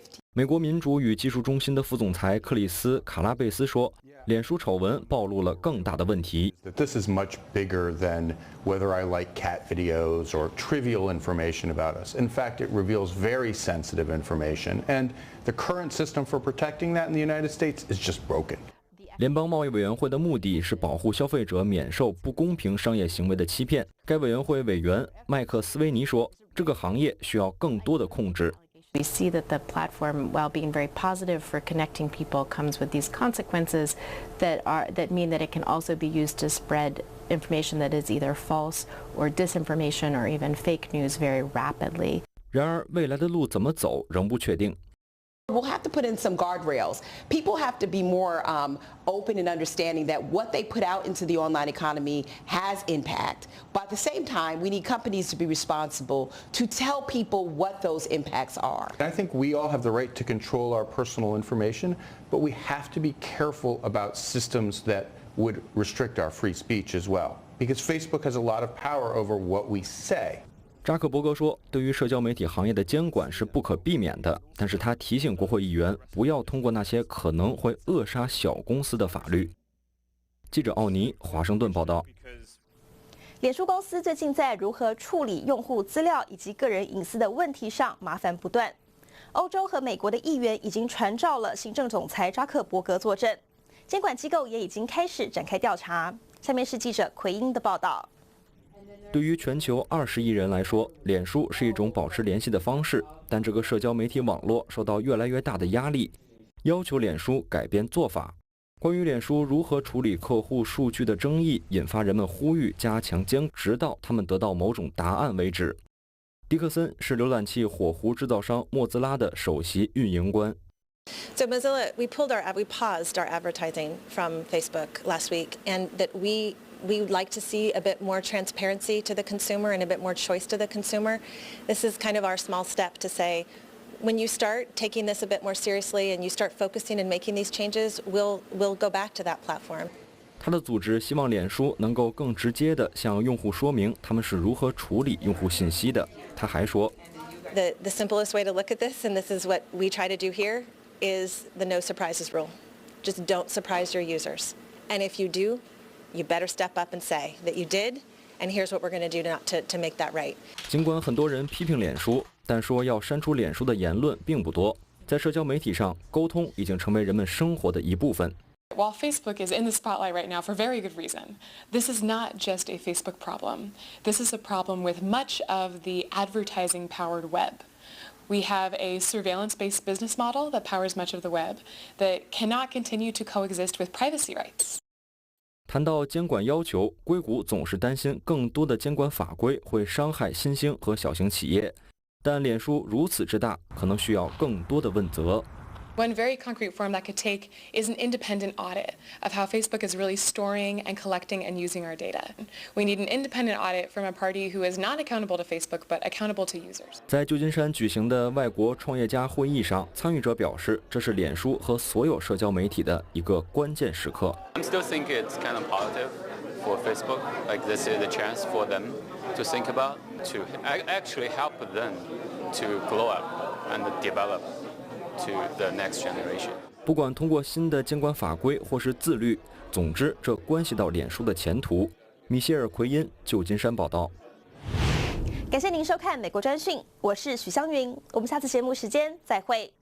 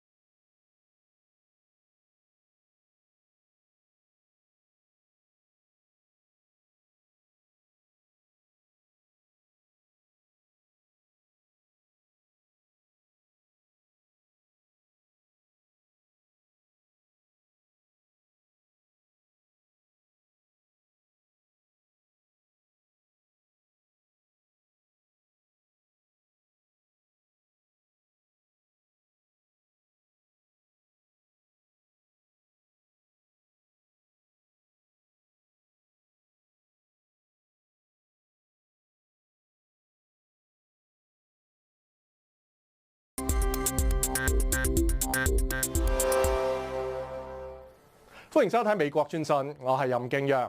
臉書嘅資料洩漏，使到諮詢公司劍橋分析獲得8700萬用戶嘅資料。呢個令人開始關注到大型互聯網公司嘅權力以及用戶嘅個人私隱。馬比記者奧尼嘅報導。面書總裁扎克伯格喺華盛頓出席聽證會，就面書嘅使用者資訊洩露表示歉意。We didn't take a broad enough view of our responsibility, and that was a big mistake. It was my mistake, and I'm sorry. 面書受到批評陷入公關危機，此前嘅報導揭露咗幾千萬面書使用者嘅私人資訊喺使用者不知情嘅情況之下，被劍橋分析公司使用。呢個英國嘅選民分析公司嘅僱主係川普競選團隊。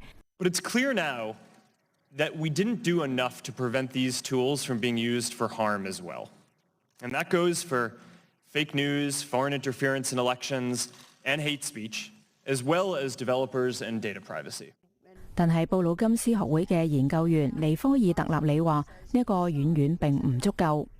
I think the sorry or the proverbial sorry is played too much, right? This is a big deal. I mean, 2015. 美國民主與技術中心嘅副總裁克里斯卡拉貝斯話：面書醜聞暴露咗更大嘅問題。This is much bigger than whether I like cat videos or trivial information about us. In fact, it reveals very sensitive information, and the current system for protecting that in the United States is just broken. 聯邦貿易委員會嘅目的係保護消費者免受不公平商業行為嘅欺騙。呢個委員會嘅委員馬克斯威尼話：呢個行業需要更多嘅控制。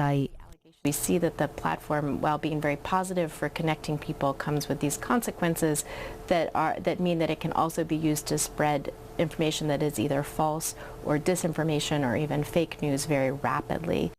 但未來嘅路應該點樣走，仲未確定。We'll have to put in some guardrails. People have to be more open and understanding that what they put out into the online economy has impact. But at the same time, we need companies to be responsible to tell people what those impacts are. I think we all have the right to control our personal information, but we have to be careful about systems that would restrict our free speech as well. Because Facebook has a lot of power over what we say.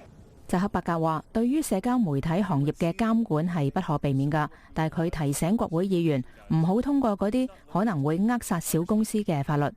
記者奧尼華盛頓報導。臉書公司喺最近處理用戶資料同私隱嘅問題上麻煩不斷。美國同歐洲嘅議員已經傳召行政總裁扎克伯格作證，而監管機構亦開始調查。馬比記者傅欣嘅報導。對於全球20億人嚟講，面書係一種嘅保持聯繫嘅方式，但呢個社交媒體網路受到越嚟越大嘅壓力，要求面書改變做法。關於面書點樣處理客戶資料嘅爭議，引發外界呼籲加強監管。有啲公司已經停止喺面書上邊做廣告，直到佢哋得到某種答案為止。迪尼爾·迪克森係瀏覽器火狐製造商莫茲拉嘅總裁。So Mozilla, we paused our advertising from Facebook last week, and that we would like to see a bit more transparency to the consumer and a bit more choice to the consumer. This is kind of our small step to say, when you start taking this a bit more seriously and you start focusing and making these changes, we'll go back to that platform. 佢嘅組織希望面書能夠更加直接咁向用戶説明佢哋係點樣處理使用者嘅資訊。佢仲話：The simplest way to look at this, and this is what we try to do here, is the no surprises rule. Just don't surprise your users. And if you do, you better step up and say that you did, and here's what we're going to do to make that right. 雖然好多人批評面書，但係話要刪除面書嘅言論並不多。喺社交媒體上溝通已經成為大眾生活嘅一部分。While Facebook is in the spotlight right now for very good reason, this is not just a Facebook problem. This is a problem with much of the advertising-powered web. We have a surveillance-based business model that powers much of the web that cannot continue to coexist with privacy rights. 講到監管嘅要求，矽谷總係擔心更多嘅監管法規會傷害新興同埋小型企業，但係以面書公司嘅規模，可能需要更多嘅問責。One very concrete form that could take is an independent audit of how Facebook is really storing and collecting and using our data. We need an independent audit from a party who is not accountable to Facebook but accountable to users. 喺三藩市舉行嘅外國創業家會議上，參與者話呢個係面書同所有社交媒體嘅一個關鍵時刻。I'm still thinking it's kind of positive for Facebook. Like this is a chance for them to think about, to actually help them to grow up and develop to the next generation. 無論係通過新嘅監管法規定係自律，總之呢個就關係到面書嘅前途。記者米歇爾奎恩喺三藩市報導。多謝收睇美國專訊，我係任敬陽，下次節目時間再見。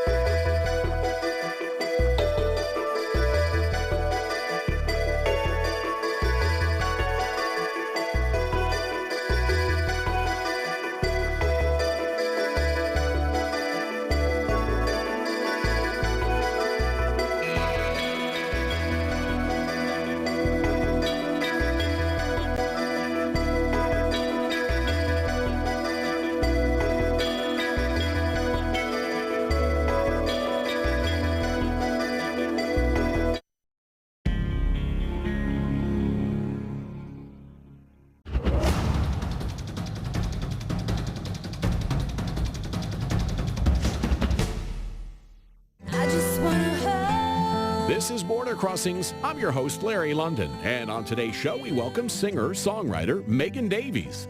Originally from a small town in Pennsylvania, Megan relocated to Nashville to pursue her dream of a career in music. Since that time, her YouTube page has achieved over 200 million views. Her music has been streamed over 3 million times. Megan studied songwriting in college and in 2013 became an internet sensation by performing her cover versions of hit songs until she released her own EP, Bad Poetry, in 2017. Her new single is Moonlight, and she joins us on today's show to perform the new single and discuss her plans for the next album. It's Megan Davies on today's Border Crossings. It doesn't matter.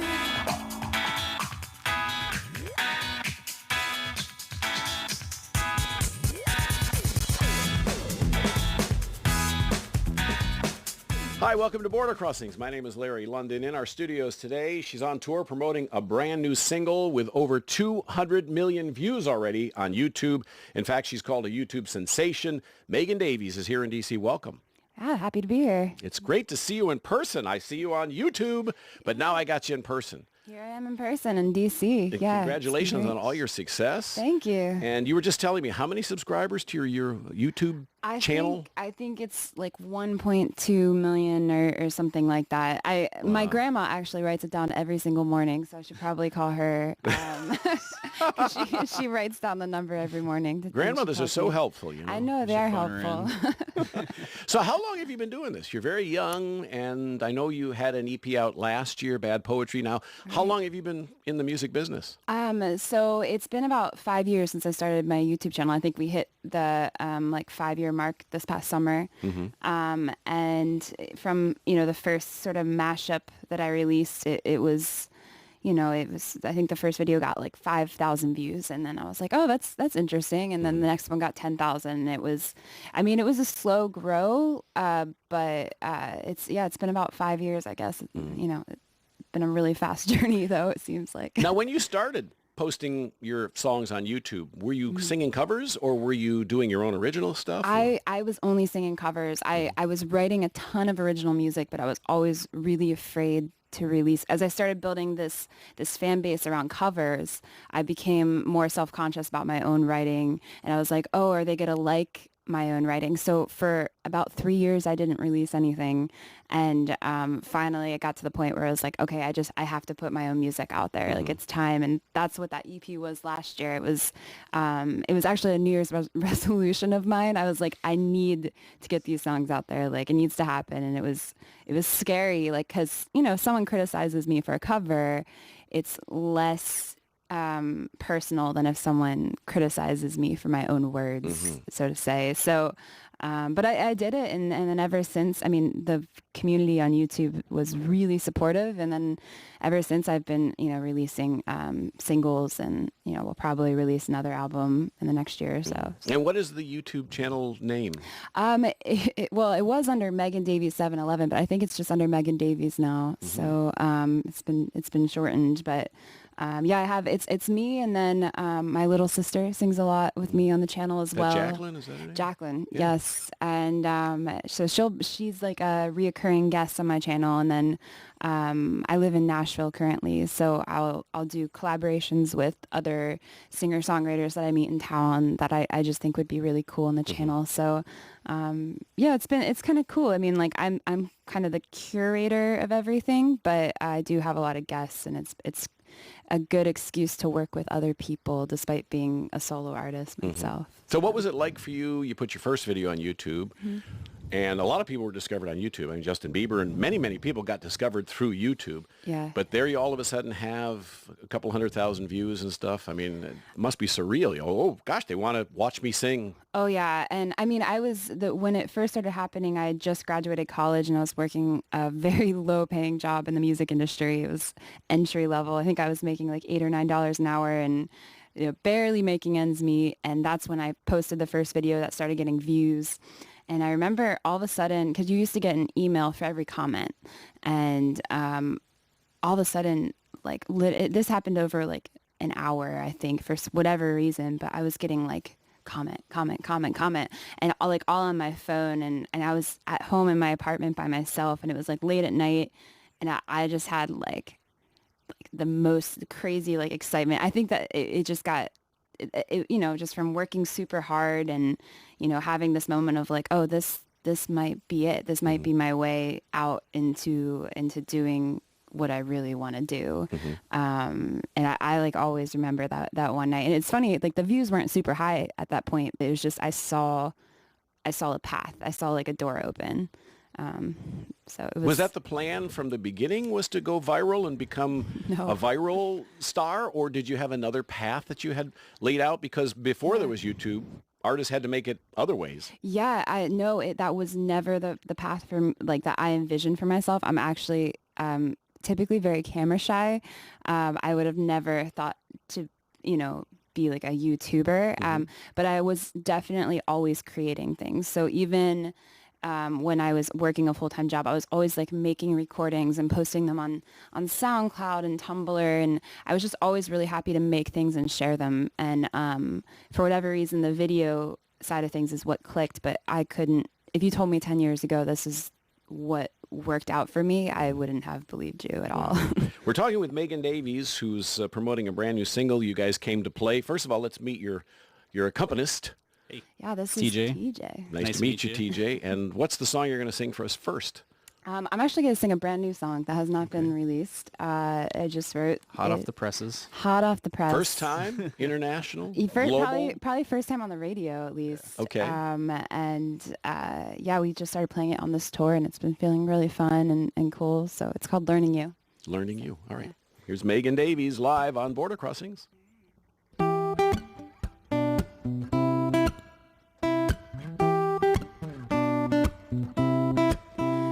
It's the second day, and we're staying out way too late. But baby, that's okay, we got no other plans. And you put your lips on mine, and we've been drinking wine. Let's do this one more time, just because we can. One more lesson, I'm still guessing. So much I don't know, I'm still learning how to kiss you.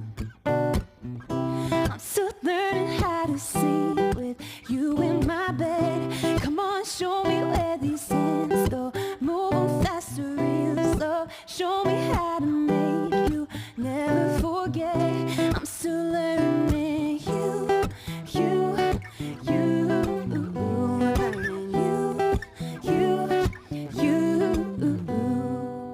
One day I'll know your signs, reading between the lines. And when I catch your eye, I know what you're trying to say. One day we won't need words, I won't be shy. I bet you that we'll miss that awkward silence when things get quiet. And we take a deep breath so I can make it last. I'm still learning how to kiss you. I'm still learning how to sleep with you in my bed. Come on, show me where these hands go. Move faster, real slow. Show me how to make you never forget. I'm still learning you. Learning you. Baby, you can learn me too, and all the ways I move. What gets me in the mood, just because we can. I'm still learning how to kiss you.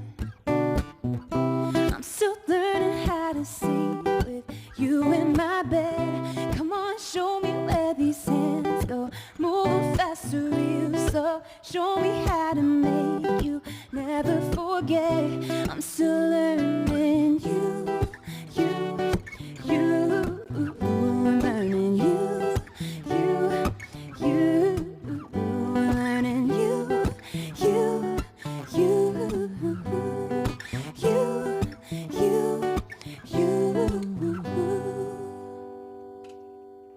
Very nice. Very, very nice. Megan Davies, you have a lovely voice. Thanks very nice, much. sweet voice. And so you've done folk music, you've done pop music. What lane are you most comfortable in?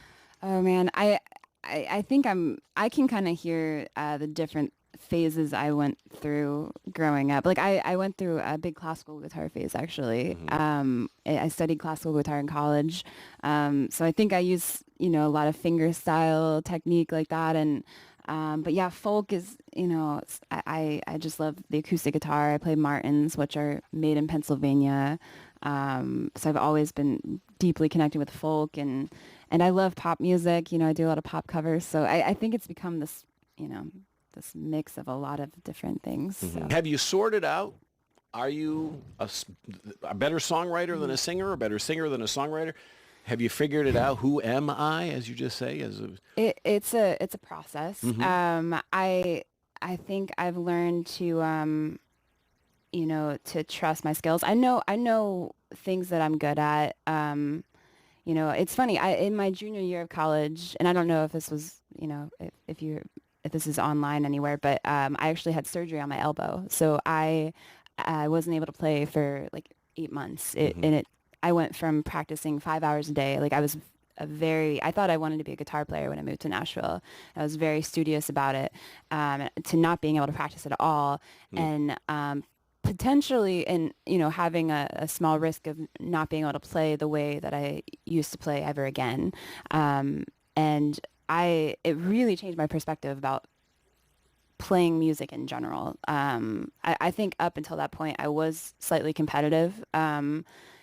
I was trying to be the best at something, and then I realized that wasn't what I enjoyed about music at all. Like, I just loved playing music. I loved being on stage. I loved that connection with other people when you perform for them, and that was a huge just perspective change for me.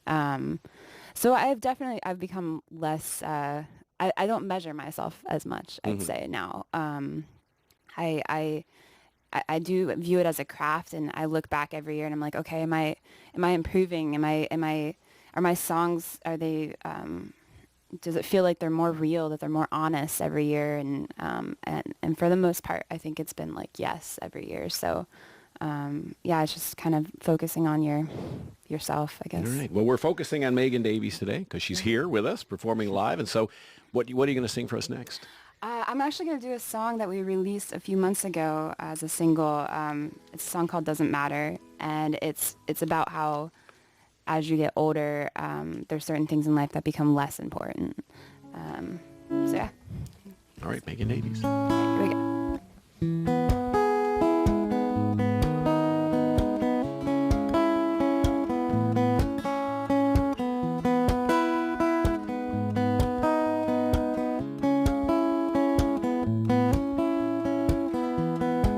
Held my head low as I walked through the hallways of flockers and teenage strokes. And I'm broken, second guessing the clothes that I left my home in. Boys don't cry and girls stay young.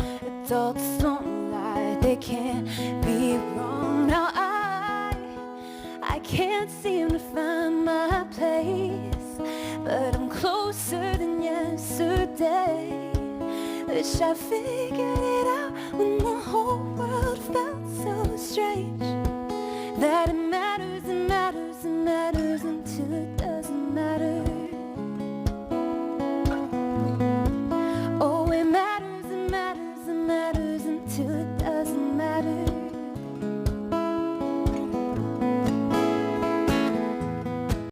Yeah, I loved him the way that I learned from the movies with beautiful stars.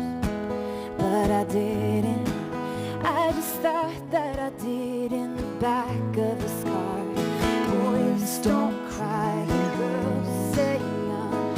Adults don't lie, they can't be wrong. Now I can't seem to find my place, but I'm closer than yesterday. Wish I figured it out when the whole world felt so strange. That it matters, it matters, it matters until it doesn't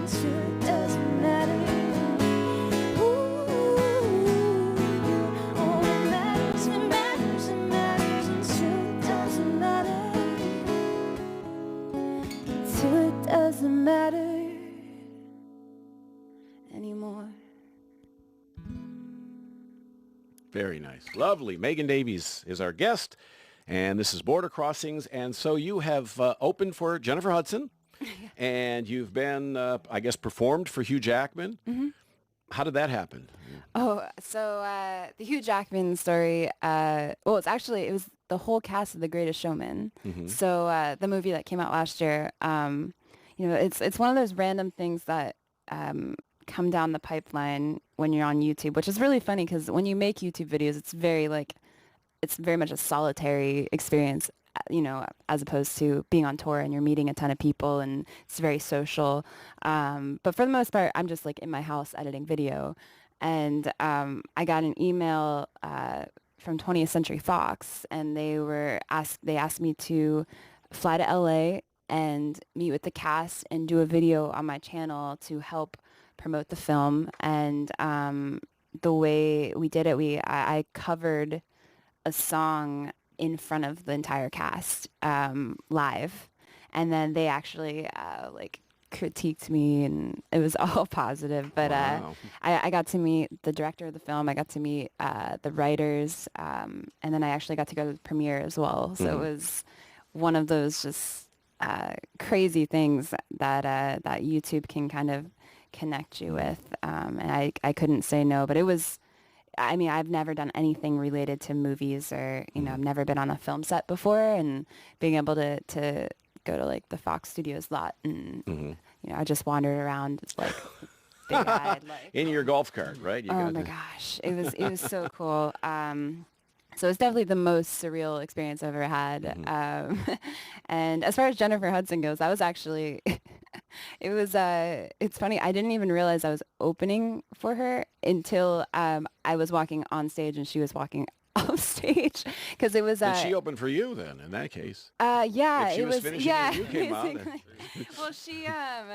Well, it was this corporate event in in Texas, and we it was for I think it was for Chick-fil-A actually. But it was like a You don't big, even eat meat. It was a big, I know, right? I'm a vegetarian, so that's. So you're the face of I Chick-fil-A. probably shouldn't say that. No. The poster child. Oh no, yeah, no. It was I think a year and a half ago, I think, but it was a huge, like, it was actually in an arena, like it was a big concert for all like the Chick-fil-A family. Nice. And was it on a Sunday? No, it was not, I don't think. But yeah, she was walking on stage while I was walking off stage, but I had no idea she was even there. And I was like, did I just open for Jennifer Hudson? I think I did. And then I immediately went out into the crowd and just participated, and I was like a fan, so it was cool. And so what's the next project for you? Because, Bad Poetry was a year ago. You have the new single, which means there must be a new album in the works. So what's in the future for Megan Davies? There's definitely a lot of new songs. Last year, it was really important to me to come out with like a cohesive body of work. And I think this year I wanted to approach the originals. I wanted to start to approach them the way that I approach my YouTube covers, which is, I write them and I put them out, which seems like, oh, that's a simple idea, but it's amazing how like that doesn't happen really ever. Everything's, typically in the music business, very planned out. But we're in like this day and age where really I can make something and it'll be live on Spotify in 4 hours, or I can put it on YouTube immediately. So this year I really wanted to just kind of approach it as this, when I'm excited about something, just get it out there. And so yeah, I have a lot of songs in the works, and they're just periodically coming out this year. And then I think what we'll probably end up doing is release, a special sort of like physical collection of all of those.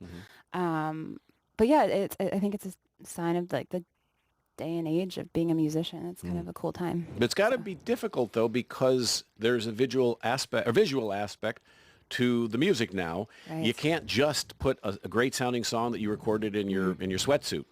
Yeah. When you're on video, you can't put the same video out every time either. You can't. Here's another Megan in the living room and with her sister video. Right. You have to. We're going to do something different, and then it becomes expensive. Oh, it's in a way it's easier than ever, and it's also more challenging than ever. I've started to embrace more of the idea that you have to collaborate with people naturally. You have to find the videographers that you love and have conversations. I used to try to do everything myself, and I still do a lot of the video editing. I'm still very like involved with how my channel looks and everything that's put on it. But yeah, I mean, I think it's becoming more collaborative, especially with the visual artists in the community. So. All right, you're going to do a new song for us? Yeah, this is a song called Moonlight, actually. We just released it this summer, and it's a song about my weird prom night. Weird prom night. We're going to listen closely. Megan Davies here on Border Crossings.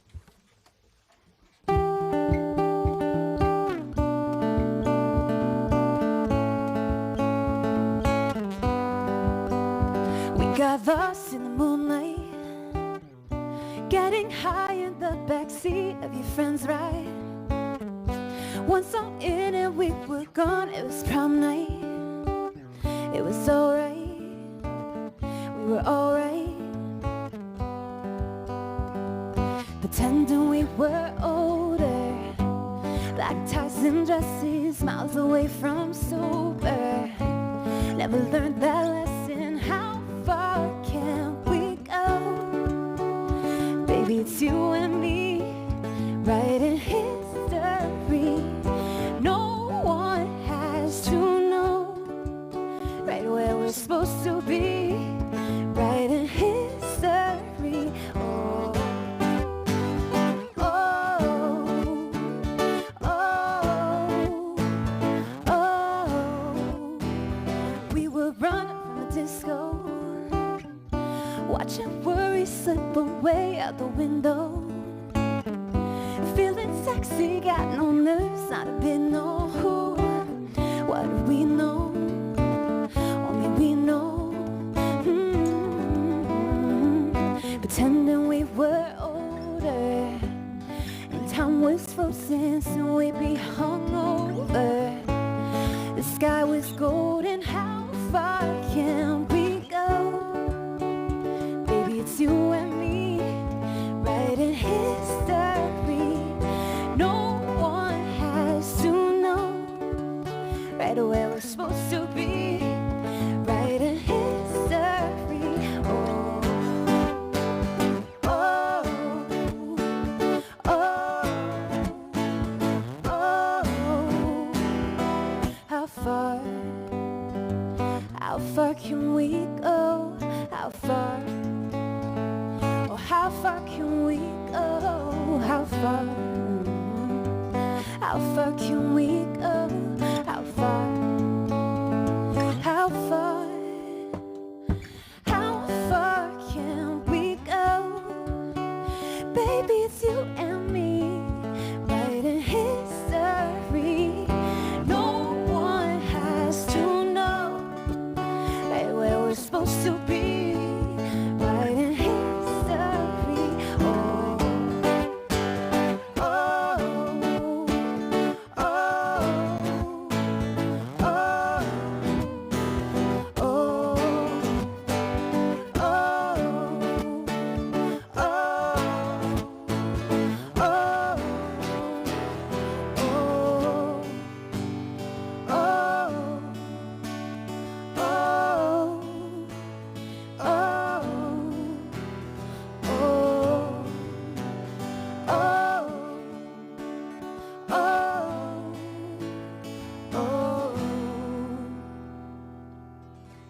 Nice, nice. It's called Moonlight? Moonlight. It's a beautiful song. Thank you. Sounds like a great time at the prom. Yeah, it was. We won't get into it, though. Oh, yeah. It's a long story. It's a long story. It's a long prom. Megan Davies is our guest. Okay, everybody wants to know now the 200 million views. What's your channel address? And how about the Facebook and the Twitter and all that? How can they find you? So YouTube is youtube.com/Megan Davies. Instagram is instagram.com/Megan A. Davies. And Facebook is facebook.com/Megan Davies Music. And really, once you get to one, you can kind of find the others. But website? Yeah. Website is megandaviesmusic.com. Megan Davies. And don't be confused with Megan Davis. I know. Because I was reading all about this wonderful Megan Davis, and I thought, wait a minute, she's not There's a lot of Megan Davies in the world, too. It's like, that's why I've had to, like, be creative with my channel. Yeah. Well, thank you very much for coming on the show. Oh, well, thank you for having me. Do you have a name for the future album in mind, or a couple names that you're kicking around? I normally pick the name like very last minute. Okay. It needs to come to me. I got to think about it. All right. Well, you come back when you do put the album up. We Would want love to. have you in here again. Yeah. All right. Once again, the website is megandaviesmusic.com. All right. Well, thank you very much, both of you, for coming in. Thanks for having us. Megan Davies is our guest. Moonlight is the name of the new single. My name is Larry London. This is Border Crossings.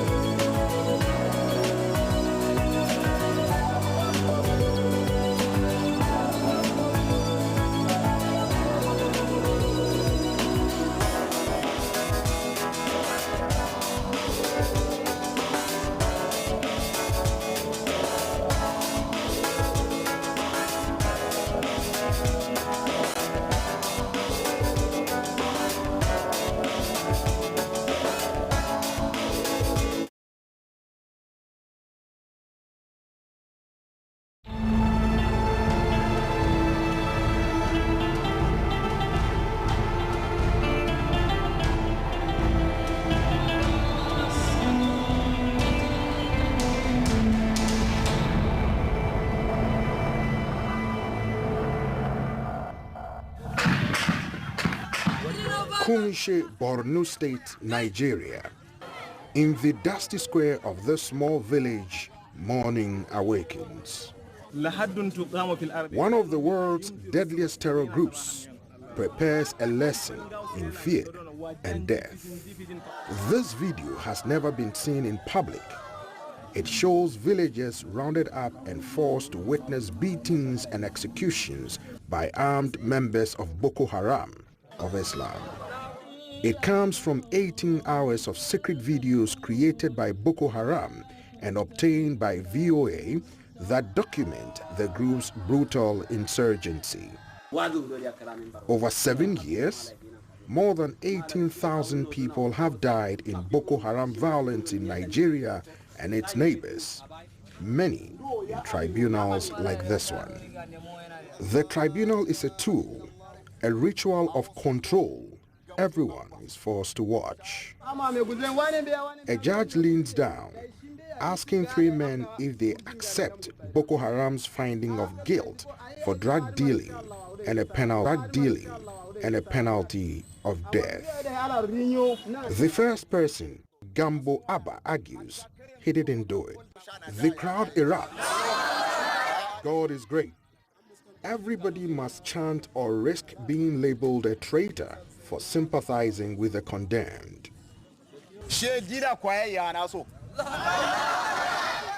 All the men deny guilt. For that, their hands will be tied when they are executed. Others charged with using drugs will be killed too if it happens again, the judge says. For now, they will be beaten. A first prisoner is called by name. 10 lashes with a leather switch. God is great with every lash. An old man is called. He is barefoot, his clothing torn. Even a boy is called. A Kumshe man from the crowd is conscripted to beat him. When it is over, he bows towards the Boko Haram banner. The beatings continue more than 30 minutes. Then the men move aside until only the condemned remain. The Boko Haram emir binds the hands of Gambo Abba.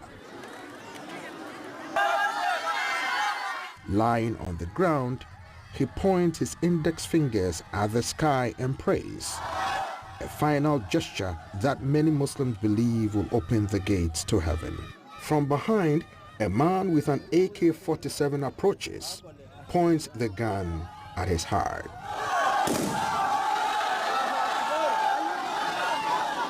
The next prisoner walks calmly to take his place. He lays next to the dead man and looks at him.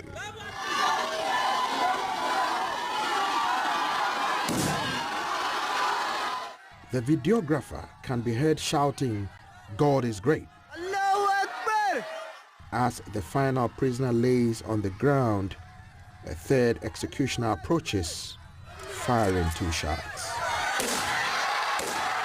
Behind the bodies, Boko Haram members drop to their knees and kiss the ground.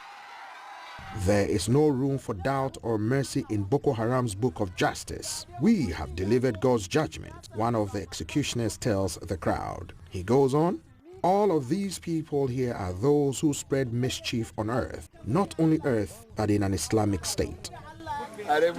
Timestamps on the video suggest the killings and beatings took place in late 2014, a period when Boko Haram controlled Kumshe.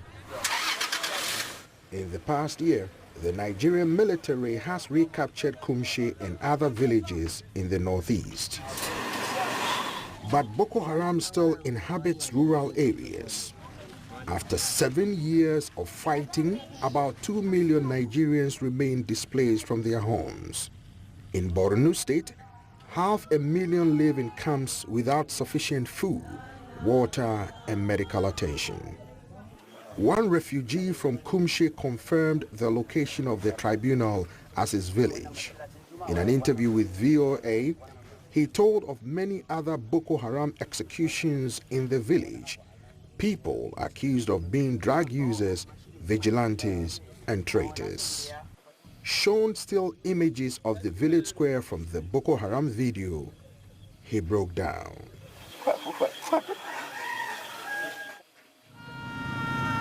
The scars from Boko Haram will not go away anytime soon.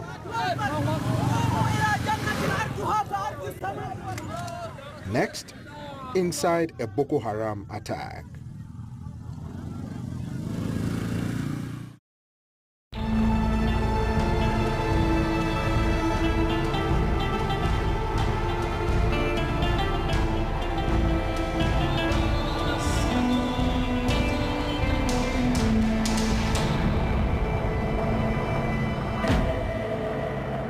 Outside a remote village in northeast Nigeria, Boko Haram fighters prepare for an attack. The target, an army barracks defended by heavy guns and a tank. Since 2013, the terror group has launched scores of brazen assaults on government and civilian targets across the northeast. More than 18,000 have been killed in the fighting. Soldiers, terrorists, innocent civilians. This video, recorded by Boko Haram but never publicly aired, was obtained exclusively by VOA. It provides an unprecedented look inside a Boko Haram assault and the deadly consequences for Nigerians who crossed their path. Based on satellite images, VOA believes the attack took place at the town of Banki, in an area where Boko Haram operated in late 2014 and 2015.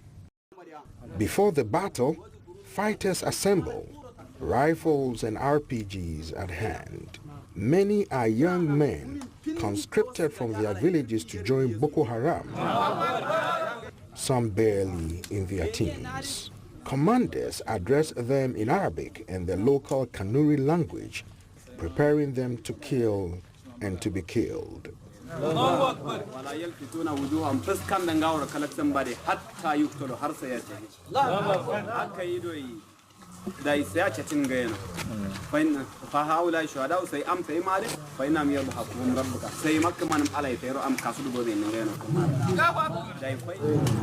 yaya na sa wanda rata kirkin daima futu da ne bayanin diana futu andura aya da kan sai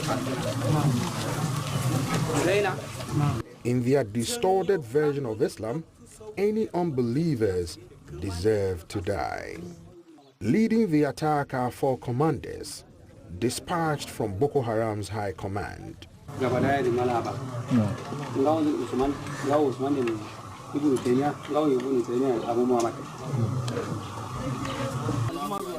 The troops depart, then filter in among homes in a neighborhood next to the barracks. This target is fortified, surrounded by sand dunes, a trench and a wall. The Boko Haram videographer records from behind the front line.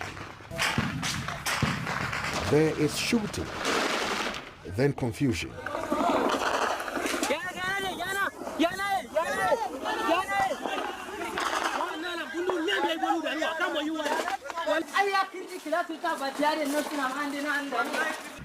The tank guards the entrance. Attackers struggle to get an anti-aircraft gun to work. Heavy return fire from the barracks. The shooting continues to dusk, then subsides. Some attackers wander off.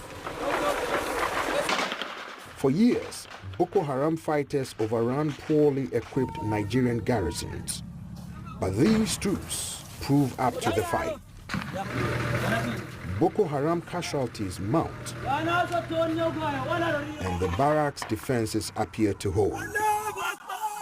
In the next sequence of Boko Haram video, the militants begin to scavenge.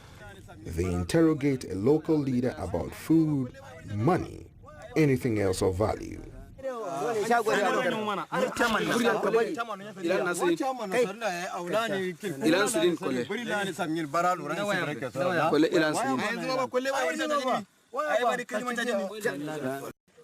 They show no mercy. The leader who was questioned is soon dead, along with others. This is a story all too familiar to Nigerians in the Northeast.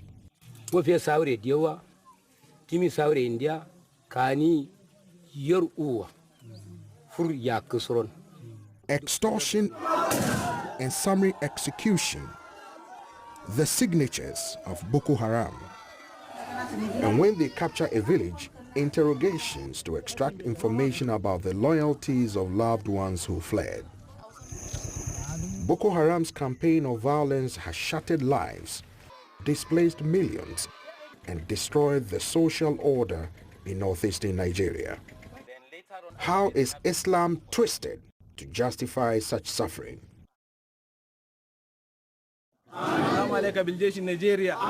Next, hijacking Islam.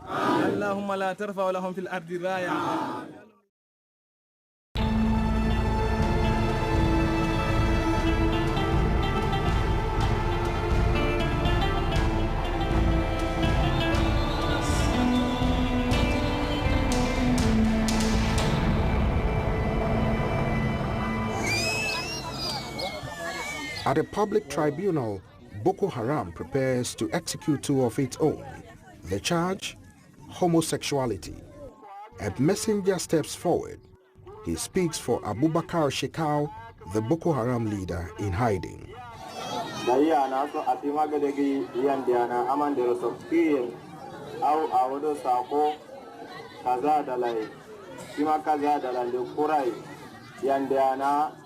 adinne andiya seya adinne kilbina mado daji sero umurnye dero sero gumguye au sero takriye au shima dandalamguye goyo konyo ngairo. Within the hour, the men will be dead. The video, obtained exclusively by VOA, is part of a cache of recordings made by Boko Haram that show leaders justifying such killings and other atrocities on a violent deviation from mainstream Islamic thought. Khalifa Aliyu Abdul Fathi is the leading Sufi scholar in Maiduguri, birthplace of Boko Haram. Sun kashe mata, sun kashe yara ƙanana, sun kashe wanda ba ruwansu, sun kashe Kiristan a cocinsu, sun kashe su a gidajensu. Northern Nigeria has for centuries been an important crossroads for Islamic thought. Boko Haram's radical roots trace to the preaching of one man, Muhammad Yusuf. In the 1990s, Yusuf broke from an influential mentor in Maiduguri, denouncing Western education and government as un-Islamic. Young, disenfranchised Nigerians, some in criminal gangs, were drawn to his charisma. In 2009, hundreds of Yusuf's followers were killed by police after a spate of violence. Police captured and executed Yusuf in the street outside their headquarters. For a time, his followers melted away, then came back in search of revenge. The group took an official name, People Committed to the Propagation of the Prophet's Teachings and Jihad, or more popularly, Boko Haram, for Western education is forbidden. Years of violence followed. In Mamudo, they burned a high school with students inside. In Madala, they bombed a Catholic church on Christmas Day. In Kano, a suicide attack killed 120 worshippers praying at a mosque. Then in 2014, an act that brought global condemnation, kidnapping 276 girls from a Chibok school, most of whom remain captive. Shekau, the group's leader, said the girls shouldn't have been in school. God instructed me to sell them. They are his properties and I will carry out his instructions. Ibrahim Muhammad Duguri, a leading scholar of Sunni Islam in Abuja, says such acts are absolutely forbidden. Ba za a kashe tsofaffi ba, ba za a kashe yara ba, ba za a kashe mata ba, ba za a sare itatuwa masu amfani, ba kuma za a ainihin wato kona guraren ibada ba, ko da ba na musulmi ba ne. But the Boko Haram videos obtained by VOA show them flogging a boy, executing an old disabled man, and chopping off hands during tribunals, all in the name of Allah. The brutality is so extreme that it has carved a rift even inside Boko Haram. A new faction led by Mamman Nur, once a deputy of Yusuf, now claims Shekau is too violent. kawai Allah sai ya jarrabe shi da son kashe mutane. The schism erupted this summer as government troops regained territory from Boko Haram. But nearly 2 million refugees remain, and Boko Haram is still active in rural areas. Abul Fathi said Islam must resolve its internal differences, or groups like Boko Haram will persist. If we don't stop this hate among us, we will be done with Boko Haram, he says.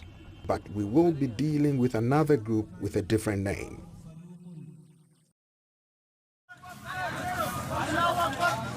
Next, ruin and recovery from Boko Haram.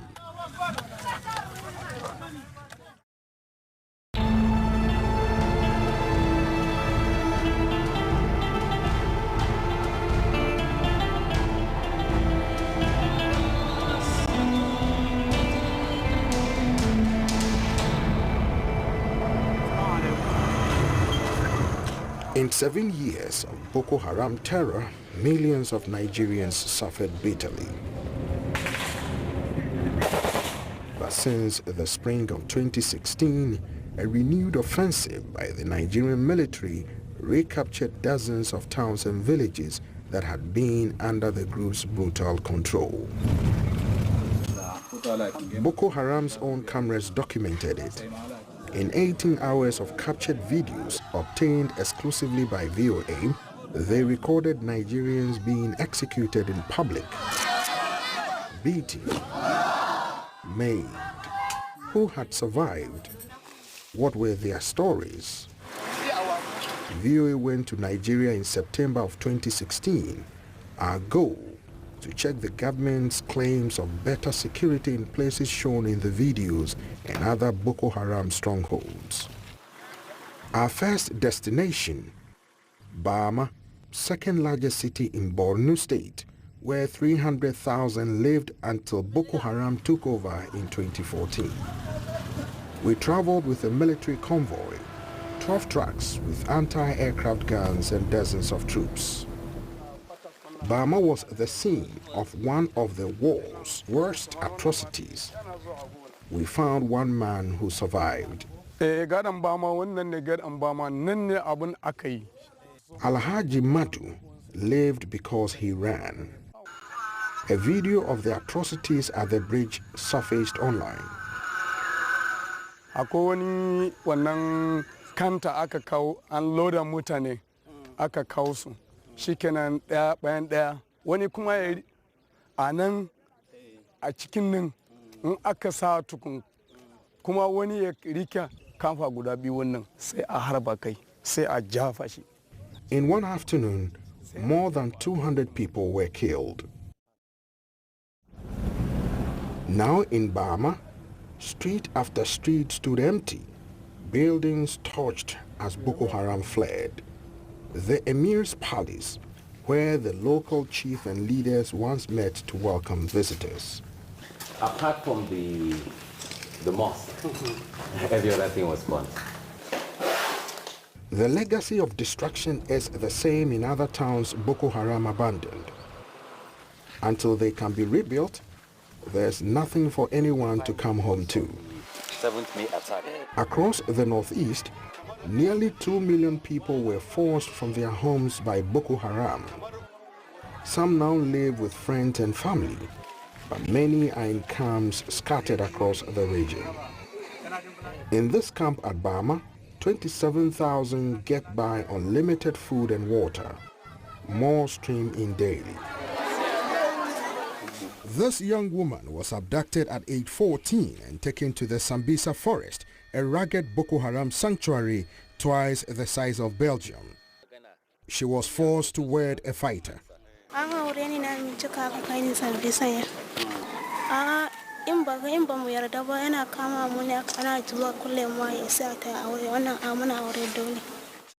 Our convoy tried to visit Kumshi, scene of public executions in the Boko Haram videos. Soldiers said no. Though Kumshi was recaptured, the road was too dangerous. We diverted to Damasak, taken only days earlier. Destroyed, abandoned, but for one elderly woman, a lifetime resident who watched Boko Haram drive out her neighbors more than once. Damasak has been empty for more than a year, she said.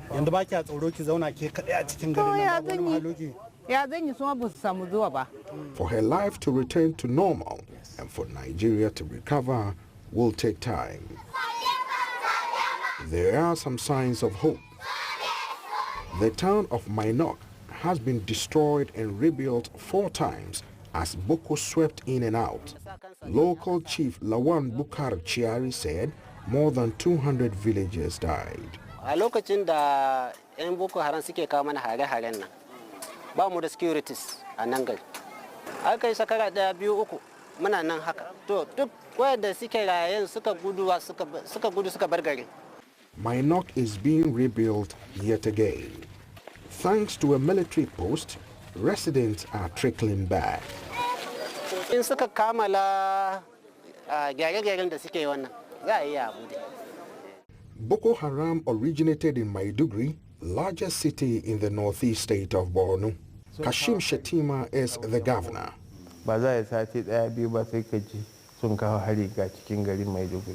Since then, he says, much has improved.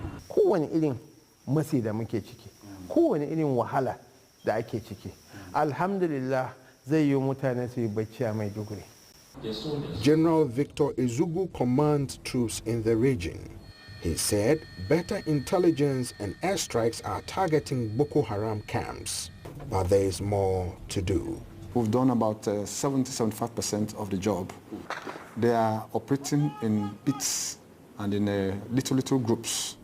In December of 2016, Nigerian President Muhammadu Buhari made a bolder claim. Boko Haram was done for, pushed out of their biggest enclave in the Sambisa. But the war is far from over. Boko Haram suicide bombers attack at will, even in Maiduguri. Thousands of civilians remain captive. Among them, most of the 276 Chibok schoolgirls kidnapped 2 years ago. Across northeast Nigeria, a humanitarian disaster, inadequate food and water for 5 million. And outside of garrisoned areas, Boko Haram launches regular guerrilla attacks. These local herdsmen had just escaped a Boko Haram ambush. The militants took their wives and children.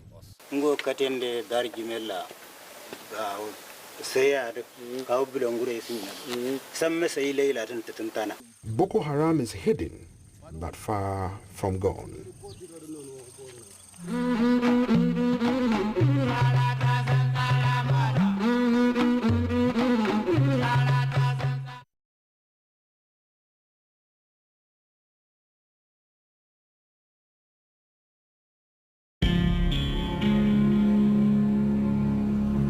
VOA presents the following National Geographic program as we continue to explore the world around us.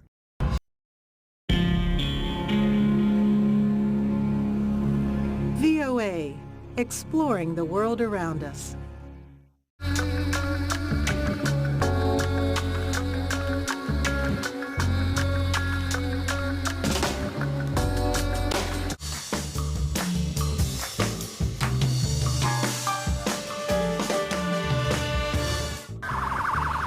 It was really crazy. I didn't think it was bullets at first. I didn't think there was any kind of danger. I told her, get down, and that's when we started trying to crawl out from underneath the bars to get out.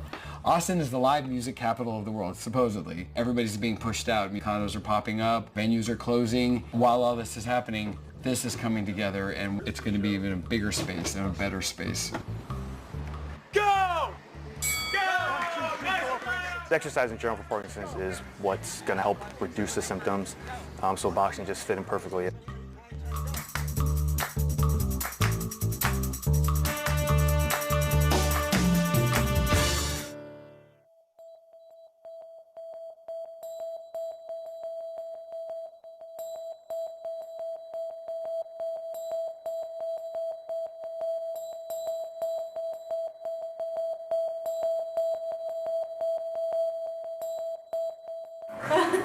Yeah. My name is Lacey West. I'm 28 years old.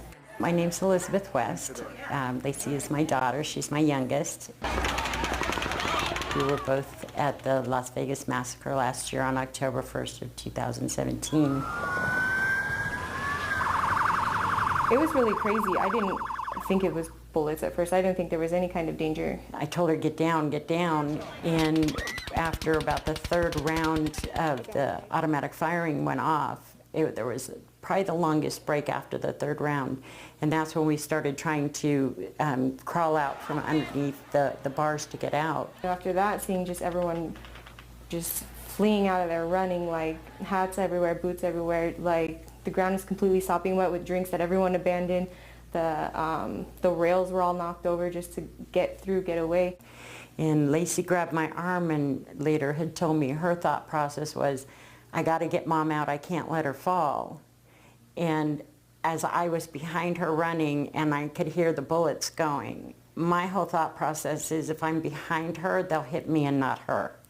And so, you know, it's like the bullets go off and your whole body tenses up. So there's things that you hear even to this day, and again, that brings that back. But, you know, she thought she was protecting me and I thought I was protecting her. So, you know, that's why we decided to get the tattoos on our arm, because it was where we locked and we, you know, held on and protected each other. Like at first it was uneasy when I came back, because seeing the Mandalay Bay again for the first time is just really putting into perspective what I couldn't see in the darkness from that night, seeing it in the daylight, and just like I didn't know that I wanted to come back here after that. We're so excited for her to be getting married. We've always loved coming to Vegas, so it's going to take a little bit of the sting away and let us come back here and still have happy memories. I think having my anniversary be the memory every year leading into October 1st will just be the reminder of how my life changed so much from that event that it led me to my happiness. Makes me very proud to pronounce you husband and wife. You two may seal your promises with a kiss.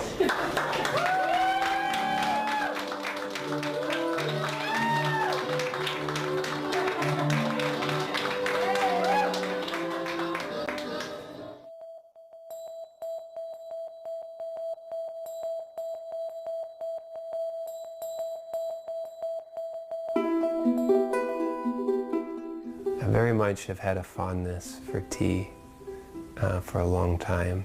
I still kind of consider it something to be almost sacred or special. You know, it's more something for me to reflect over, or a tool to create a space of reflection and contemplation. You know, I remember, getting up to Camp Navistar, which is the camp on the border between Kuwait and Iraq. Shortly after President Bush, got up on an aircraft carrier and declared mission accomplished. And, I was motivated. I was like, we're gonna go provide some humanitarian relief. I'm gonna help, fix some bridges and stuff, and I'm gonna go home a hero. And I remember there were these, little kids willing to jump on a semi-truck to get food and water. And I thought at the time, Hua, these are the kids we're here to help. The whole time I was deployed, I was offered tea by the Third Country Nationals, which is a massive migrant labor force that the U.S. military depends on. It's basically slave labor. And they come up to us and they say, hey, we need food. And we tell them it's not our job to feed you. These were guys hauling our supplies. And despite that, these men that had nothing would turn to us and offer us tea. And then we would refuse it. Everyone that we were there to help and liberate, we were simultaneously dehumanizing and abusing. And so I never had tea my entire deployment, not once. The contradictions of American exceptionalism and occupation just were too much, and I kind of lost faith in a lot of the things I believed in, and I would start to figure out, like, what could I still hold on to? I got out of the Illinois National Guard and I joined Iraq Veterans Against the War. One of their allies was this group called U.S. Labor Against the War. They wanted to host an international labor conference to talk about worker issues in Iraq in the midst of the occupation. And after I was done speaking, this man jumps up in the back of the auditorium and starts yelling something really loud in Arabic and just booking down towards the stage. And I'm like, okay, well, this is it. You know, this guy's gonna come beat me up. And just as he comes up on stage, I hear the translation come through the little earpiece, and it's, I just want to come up on stage and give this gentleman a hug. And he grabs me and he hugs me.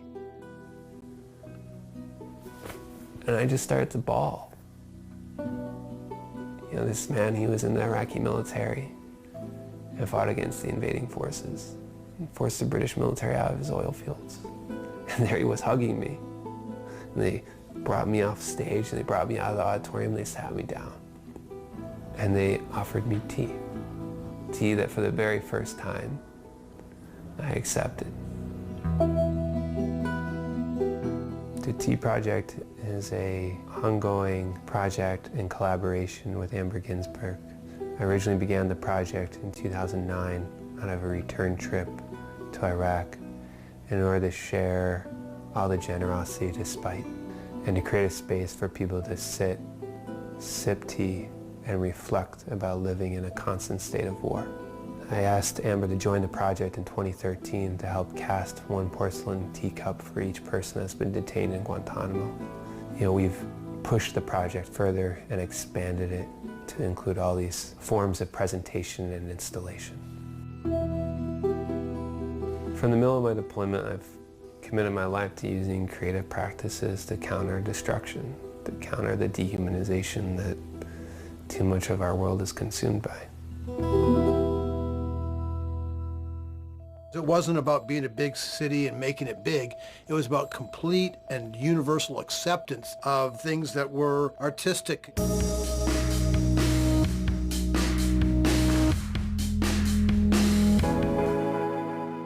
The Ukrainian service was the first who introduced television for Voice of America a long time ago. And we have the longest running TV show, Window on America, telling Ukrainians about American life. And I came here in 2004 to do more up-to-date television, newscast. And since then, we're very popular in Ukraine. You know, what's so interesting for me is that the depth of the experience of all the journalists here. I mean, you didn't just go to college and get a communications degree and just show up and recite the news. I mean, everyone here has incredible history. Yours is very tragic. And, you know, your husband died, but I don't know, I don't think the viewers probably know of that. I mean, your husband is one of the reasons you're here. I'm not a journalist by trade. I'm a lawyer. But when I met my husband, he wanted to do journalism, and then he created first Ukrainian internet newspaper, Ukrainska Pravda. He started uncovering a lot of corruption and writing about it, and it was something that Ukrainian authority wanted to hide. For the government, it was very dangerous, so they decided to shut him down. He was murdered. He was murdered in 2000, and I was trying to find justice for him and worked with prosecutor office and so on. I heard President on the tape. Juvenile detention facility in East Austin, and are repurposing this 25,000 square foot facility to create a place that is almost like a YMCA for artists. Each of our tenants contributes to the collective in some way, shape, or form. To be a member of Mosaic, you can pay a monthly membership fee, or you can earn your membership by donating your time, your art, or some sort of advocacy to one of the nonprofits we support. Austin is the live music capital of the world, supposedly, and everybody's being pushed out. Musicians are being pushed out left and right. Condos are popping up. Venues are closing. And while all this is happening, this is coming together. And when the venues open, it's going to be even a bigger space and a better space. I make custom speaker cabinets, head shell enclosures for bands, musicians, and people obsessed with sound. I know that a lot of my friends are getting kind of pushed out of town from just increased pricing. You have a lot of these guys that are wanting to play music, and you can't play music and work 3 other jobs. You know, it's a lot harder. Like, I'm a nurse practitioner for a daytime job. Before I came here, we were making about $30,000 to 35 a year. I've only been doing it for about 4 years. Now we're up to almost 50 since I've been here in 3 months, so it's a lot. So we're on this cusp of trying to make this like a full-time thing, and now we have the opportunity to maybe make it happen. If you wanna break me, change who I am. But I'll say this one time only, if I ain't feeling appreciated. There is a seemingly sense of, as our city grows and it gets bigger, there becomes less of an intimacy, less of a personality to it. And I think for me, the mosaic really represents pulling back on that, bringing a community together, bringing personalities together, allowing Austin to have the personality that made it famous at this stage of the game. Because it wasn't about being a big city and making it big. It was about coming to a beautiful town where there was wonderful things going on and a complete and universal acceptance of things that were artistic and creative and nonviolent, basically. You know, there weren't a lot of rules. If you love music and you're not violent, welcome, friend. Music was, probably my biggest passion, and I now have 2 teenagers that are 17 and 19 years old, and they started playing in a band in Austin when they were 9 and 11 years old, called Residual Kid.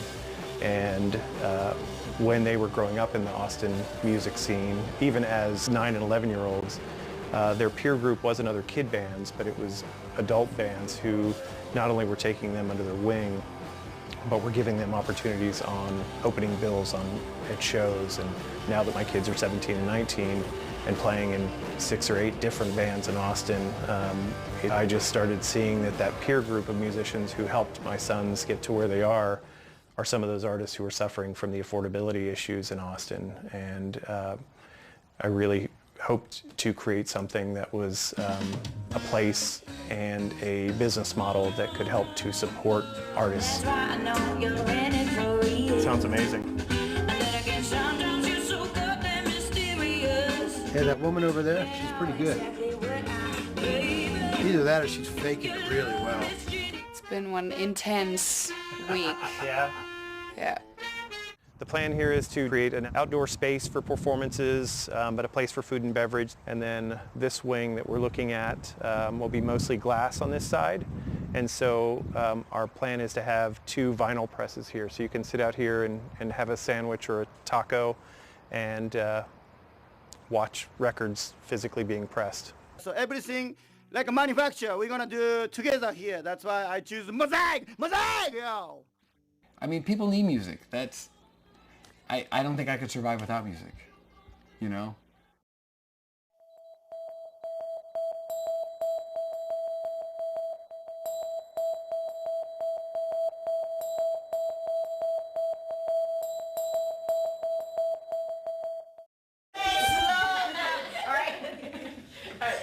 I know you gotta play and listen to your body, but you gotta hear who has the faster notes, right? Let's try that once more. That was good though. I first heard about Orchid because it was founded by one of the students that went to Peabody. Over the years, I heard the great things that they were working towards in Baltimore, inner city, and I literally saw a job opening and applied, and here I am. And 4, and 1, 2, 3, 4, 5, up, down. I realized that some of the students come in to the class, into the group setting, with the baggage from all day long. That could be poverty, that could be trouble at home, that could be some arguments they got in. So when students come in with those baggages, I didn't know how to deal with that. That was my biggest challenge. They would act out, they would get so quiet, or in so many ways they would express that or not express that, and try to get them to learn to play the violin in a room full of other kids. Yes, Grace Note. Do you want us to play that or no? Classical music is a big thing. It's very, such a good purpose. It could change a lot of people because they could see, oh, these kids really love this music. And they think, oh, I never thought that kids would really cling on to this music like this.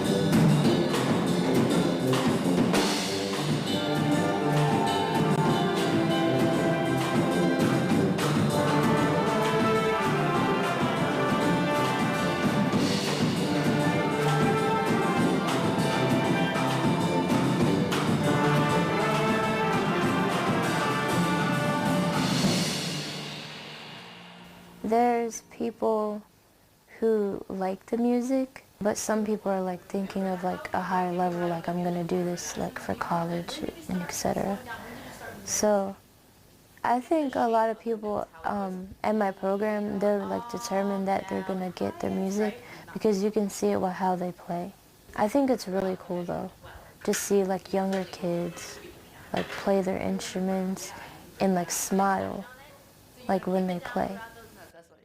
Well, Nima is a sweetheart, and she's been in the program for many years. It shows other students her age and younger how to be a leader and be that example. But ba-dee-da skips A. Yeah, you gotta recognize that. Should I play 4, right? Yeah. 4-1? 5, 4, 3, 2, 1.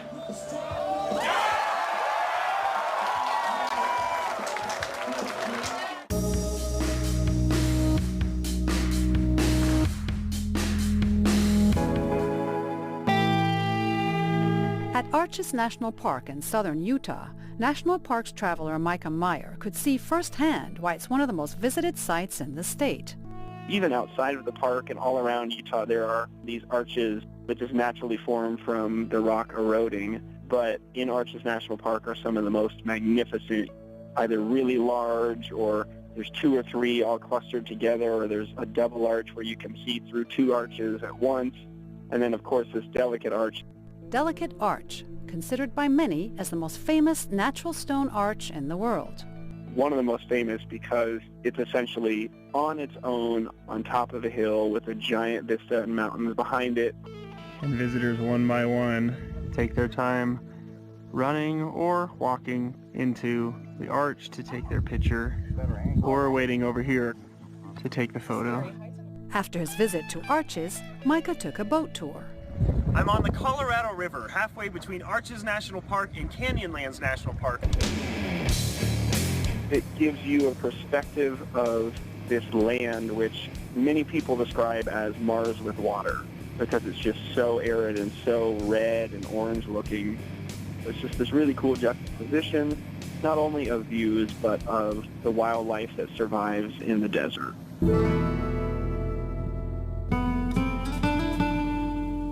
But for Micah, what came next was the real highlight.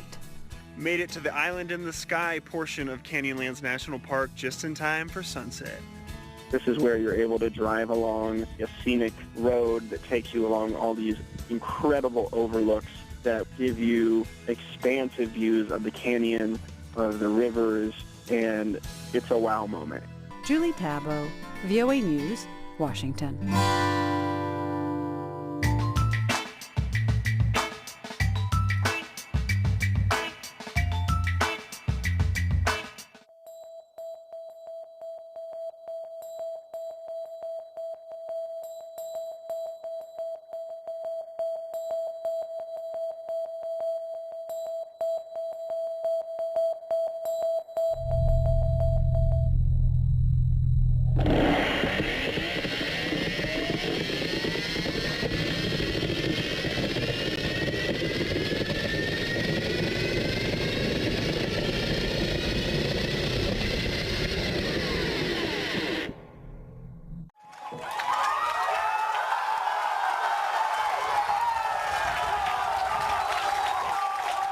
So what we thought of is how can we improve power to weight ratio, because that's all what it's about. It's just it's more of an electric drag race what we're doing here.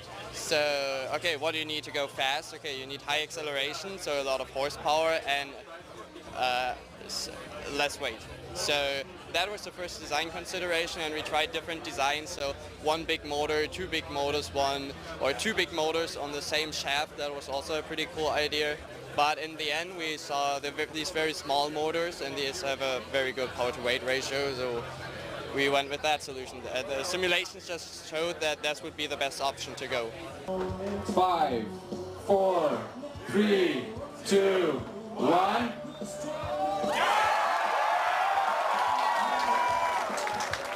So what we wanted to achieve is a very strong and a safe, reliable chassis, because when you accelerate inside the vacuum tube so fast, there's a lot of forces that act on the pod. And in order to keep everything straight, everything contained on the pod, you have to make sure that it's very, very strong. A lot stronger often than what you would see in normal cars, because the acceleration and deceleration is not as high. Batteries are inside these two pressure vessels on the side of the pod.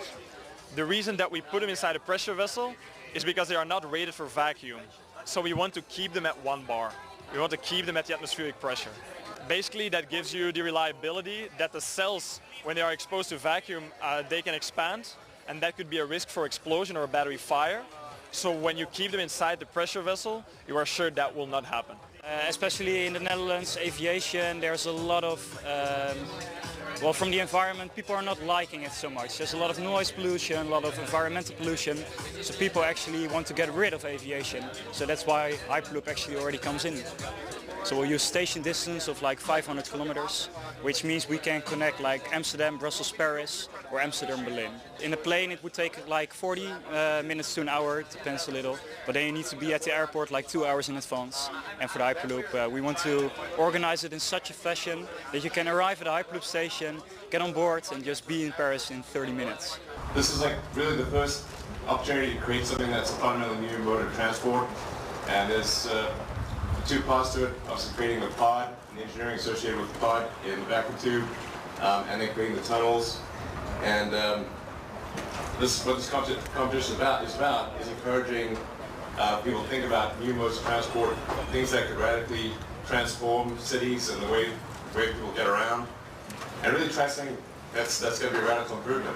Like there's so many things in the world that can cause people to be kind of depressed about the future, and like so pessimistic, and I think what you're doing here is one of those things that makes people excited about the future.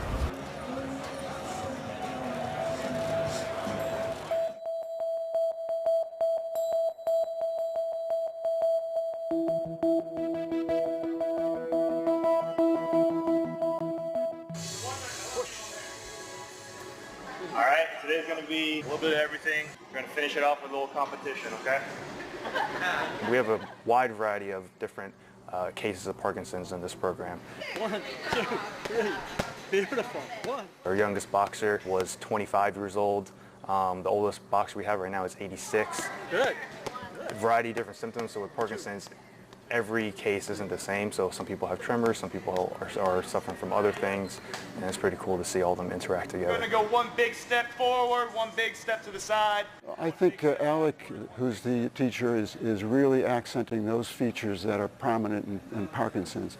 For example, some people have problems walking or tripping. He works on exercises that affect the legs.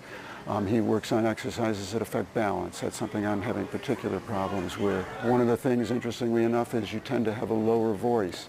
When you have that lower voice, people can't hear you. You don't realize it. So he accents getting us to bring up our voice clearly and more loudly. 3, 4, 4. You're going to do 10 punches. You're going to say out loud, 1, 2, 3, 4, 5, 6, 7, 8, 9, 10.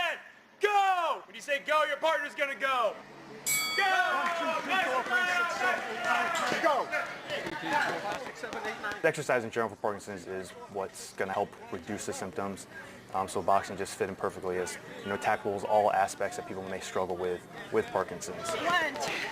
Typical boxer's program, they focus on balance, hand-eye coordination, reaction time, footwork. There's some cognitive stuff because in boxing certain numbers equal certain punches. 4, 5, so when I yell out certain numbers, they have to move and react at the same time, so the brain and the body's working together. Jab, cross, hook, uppercut. Research shows that exercise helps with the brain use the dopamine more efficiently. My goal usually is after I work with someone with Parkinson's disease, I kind of refer them out and suggest that they get involved in exercise programs out in the community. When I came to my first class here, was the first time I'd ever met anybody else with Parkinson's. The social gathering that happens here is pretty amazing. These people have become very close in the 4 or 5 months we've been together. That's a big part of it. I kind of push them, past their perceived limits, because a lot of people don't think they could do some things, because whether it's confidence, just in general confidence with their Parkinson's, they don't think they could do it anymore, their age, and then once we get them out there doing those things, they surprise themselves. They realize, I can do these things, the Parkinson's isn't going to hold me back. All right, stance it up, get in your stance. Lead foot forward. One. There you go. One. Two.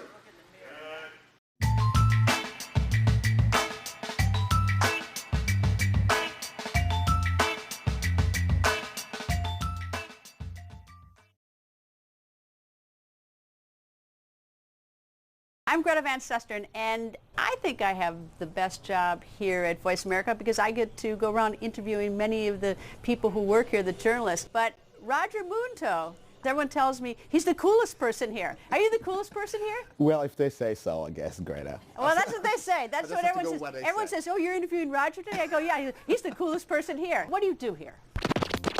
I'm Roger Munto. I've been a VOA for about 4 years. I do TV and radio. I have my own show. Each day we have a different kind of music, anything from African music, country music, jazz, blues, and of course we do have guest musicians come to the show. Now, how did you end up at VOA? Well, that's also a good question. I was a teacher for so many years, and I'm a teacher in high school. During that time, I have my own TV/radio studio in my house, in my basement, because I always loved the media. I always wanted to be a journalist. But where I was coming from, and where I came from originally, the DRC, my parent didn't want me to do that because it wasn't really a well-paid job. When I came to the United States, I was like, you know what, I can build my own studios and start my own things. I'll start interviewing people and working with other local TV stations back to Africa. So my stuff were on the internet. So I was teaching a class. VOA called me. When I was teaching right in the middle class, this is Voice of America, we're in DC, we saw you online, we want to have you here. They're like, why don't you come see us on Friday? Here I am. Do you love your job? I love my job. Why? Because it really allows me to meet so many people around the world. I meet so many people from all over the world, dignitaries, people off the street, women selling bread in Ouagadougou, kids in the school in Kinshasa. I love that. I love meeting people. I love meeting people from all over the world. VOA is the best place.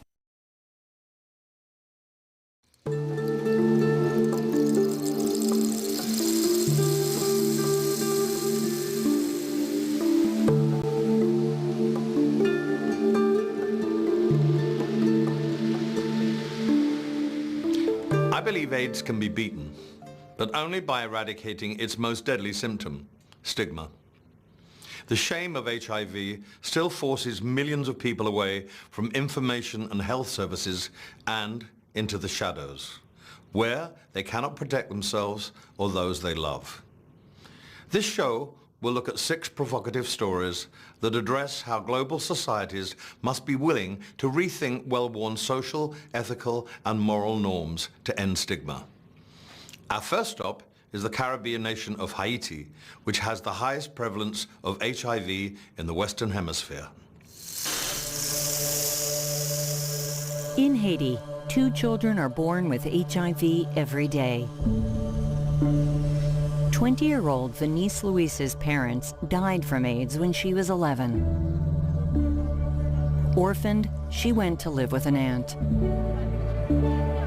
Several years later, she suspected something might be wrong with her. I was getting sick often, and they took me to get an HIV test when I was 14. And that is when they found out I am positive. And my aunt's boyfriend said that I cannot stay in the house because I would infect the other children.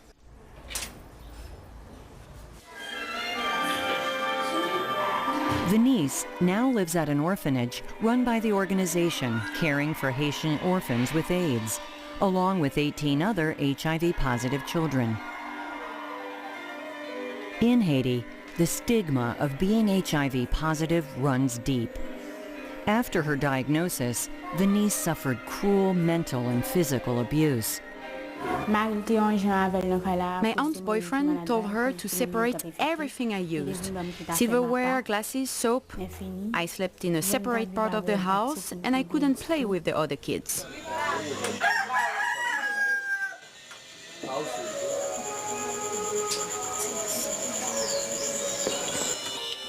Each morning, Venice prepares for school with the other children.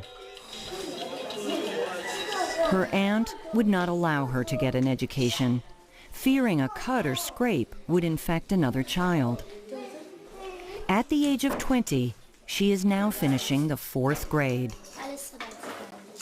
When she first arrived at the orphanage, she was shy, withdrawn, and cried a lot. I did not feel good at all. I did not feel like a normal person. And by the way my aunt treated me, I thought life wasn't meant to be good for me. The children are given antiretroviral medication twice a day. The niece arrived at the orphanage weak and physically underdeveloped. After she was diagnosed, she begged her aunt to take her for treatment. I used to cry a lot every day. My aunt told me the only way I'm going to get treatment is under the earth when I'm dead. Eventually, the niece received sporadic treatment at a hospital. She also met with a psychologist about the abuse she was suffering. They told me that if I did not do what they say, they will kick me out of the house. And I will be in the street like a prostitute, sleeping with men. And they will not accept me back.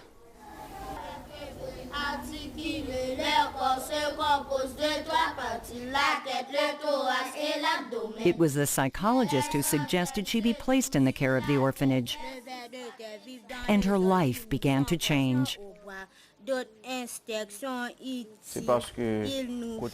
When she started getting regular treatment, she started to gain weight.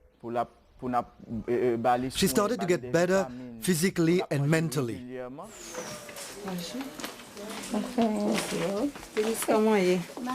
Two of Venice's aunts agreed to visit her at our request. Her aunt Janesse denies that there was any abuse. If somebody told you that, it is not true, especially when she was sick. We never abused her. Venice remembers things differently. If they say they did not do that, then they are lying, because they did. Her aunts want to put the past behind, but Venice still harbors too much pain and anguish. When I become older, I will let them know what they did to me was wrong. For now, I want to finish school, learn a trade, and never go back to live with my family again. Although HIV and AIDS is now a treatable condition, a positive diagnosis is still a life-altering experience. In Cambodia, people living with HIV are often disowned by friends, family, and the community where they live. This humiliation can be unbearable, and severe cases end in suicide.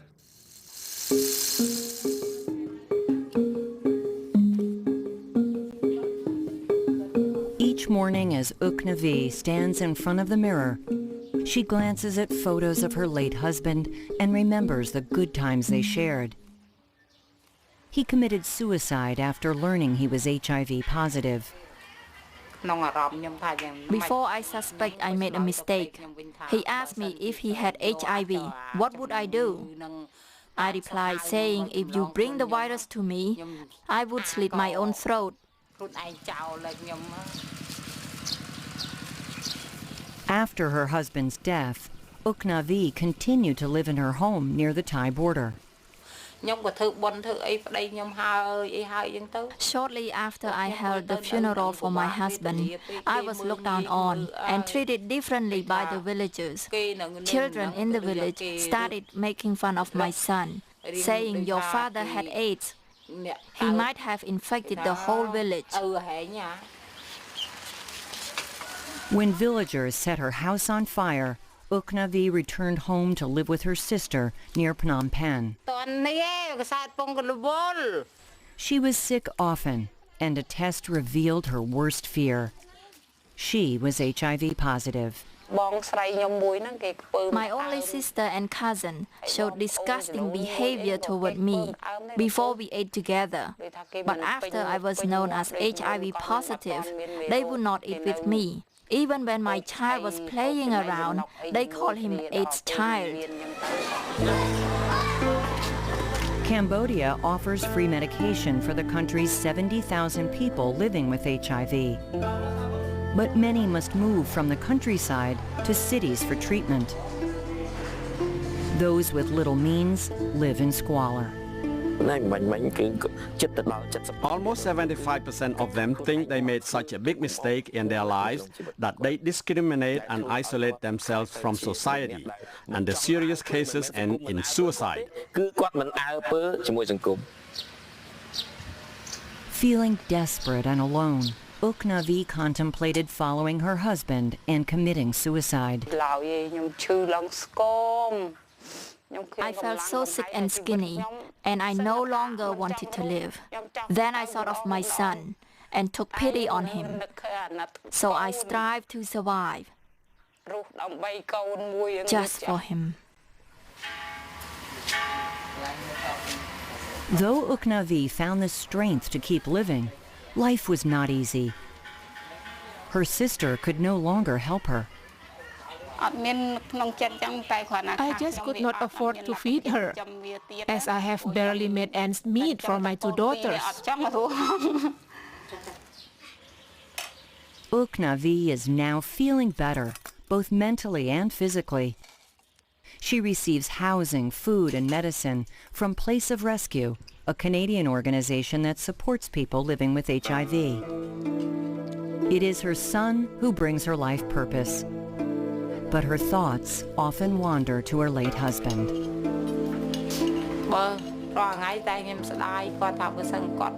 I feel anger and regret every day. If only he was still alive, he would have received medicine and felt healthy like others with the disease. He shouldn't have been so short-sighted and decided to kill himself. In Uganda, an anti-homosexuality law criminalizes same-sex relations, which is now punishable by life in prison. In Nigeria, same-sex couples that show affection in public risk 10 years imprisonment. Both laws are forcing communities vulnerable to HIV deeper into the shadows. Jesus has paid for God's kingdom. In Uganda, religion is used as a weapon against homosexuality. Don't decide tomorrow. Tomorrow might be too late for salvation. Homosexuality is prohibited here in Uganda. We don't want it. You get people, these mobs of people who are protesting, who are screaming, kill the gays, death to the gays. But it's not really about the gays, it's about them being frustrated with their own lives, and it's about the scapegoat, and it's about the government using gay people as a scapegoat. Tell us not to stop the fight to protect our children from sodomy. In Africa, homosexuality is against the law in 37 countries. The movie God Loves Uganda documents the influence of American evangelicals on anti-gay policies in Uganda. American fundamentalist evangelicals have targeted Uganda for decades. And Uganda was a perfect storm because it was decimated, had the highest rate of HIV and AIDS in Africa. And so American evangelicals saw an opportunity and they moved in. My goal is always to discourage sexual promiscuity of every sort. I believe that governments, all the governments of the world, have an affirmative duty to promote the natural family and marriage as the mainstream culture. There's all of those things that is not God's way for love. In Bible study classes like this one, they teach the belief that God does not love gays. Nigeria and Uganda now are producing these pastors that were raised on this sort of idea that, you know, biblical law is above civil law. So what you're seeing now is the results of 30 years of American evangelicals being involved in the country. In February of 2014, President Yoweri Museveni signed a bill outlawing same-sex relations in Uganda. At best, it's paternalistic colonialism. At worst, it's outrageously racist to suggest that the Africans are children who cannot make up their own minds about what morality their country should follow. A similar law was passed in Nigeria. Afani Arazaliki runs a clinic providing healthcare services for gay men in Abuja, Nigeria. 17% of gay men in Nigeria are HIV positive. We can't keep quiet for people to die or for people to lose their life. The law, on the other hand, we are battling the law because even people like us stand to go for 10 years imprisonment for doing what we're doing. Baby, how are you? Today, he is investigating a hate crime against a young gay teenager. Health officials in Uganda and Nigeria believe the new anti-gay laws will somehow lower HIV infection rates. Afani says the laws only promote violence and fear. Ever since that night, the mobs attack, life has not been the same any longer in this community. You know, the beating, you know, they seized my phone. They came to attack. Before the law, 15 new patients walked into his clinic every week. Now that number is down to 4. The world is saying we want HIV/AIDS-free generation. We can't achieve that without including men who have sex with men. We can't achieve that without involving transgender people. Nigerian officials say no one is being denied health services because of the law. Where the law is concerned is when gays would go and congregate and show that we are gays and we are making love on the street and all of that. The law frowns at that. And treatment for any kind of disease in Nigeria is open to all citizens, irrespective of their status. You cannot walk into a clinic, you cannot get drugs if you're HIV positive in Nigeria. It's nearly impossible. You are so restricted, you are so stigmatized, you are so discriminated against by the healthcare industry. So for him to say that is crazy. Undeterred, Afani presses on. When I wake up every day, I want to do more. I want to see people smile. I want to see equality that is achieved across board in Nigeria someday of our life. Afani is absolutely a hero. I think it's very hard for people in the West to understand exactly what he's up against, the hostility and hatred that he's up against, and that the fact that he refuses to back down and goes into the fire and faces it is unbelievable. Unbelievable. In Washington, D.C.'s gay African-American community, stigma and fear are keeping many from confronting the crisis. We follow Christian Page Bass, a young gay HIV-positive man who had his own fears about seeking treatment, as he encourages other gay men to seek health services. You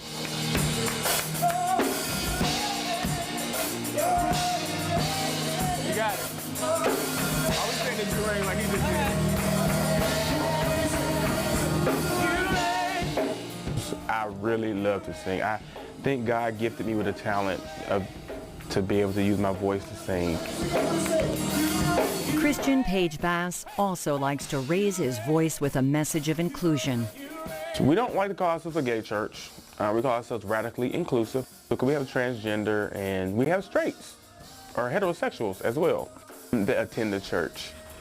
But I love it. But a small town in North Carolina where Christian grew up was far from inclusive. In the southern U.S., conservative values are strong. Didn't know what gay was because the word gay was never used. The word mainly was faggot. That was the word. I didn't know anything about gays. When you're going to be a faggot, it's not you're going to be gay, you're going to be a faggot. Or you are a faggot. And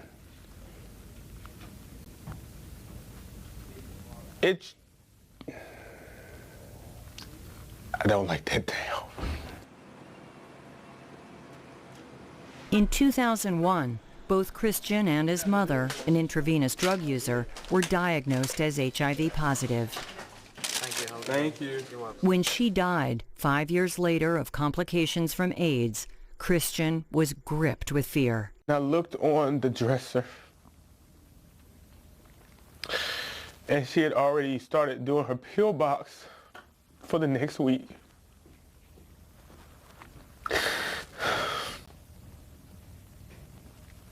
And I looked at those pills, and I remember thinking, this is going to be the death of me. And from that day forward, I didn't want to take any more pills. In need of a change of scenery, he decided to visit some friends in Washington, D.C. I came to D.C., and I loved it. I seen all the gay people. I just was like, I want to stay. The big question is always, have you missed any doses in the last 3 months? A change of scenery also changed his views of his treatment. He met Justin Goforth, a nurse practitioner at the Whitman Walker Clinic. He was really resistant to the idea of starting treatment for HIV. It recently broke, and I think that he had a lot of really emotional baggage around his mother dying of HIV and the huge number of treatment and pills, really, that she was taking when she died, and now has become an advocate for people being on treatment.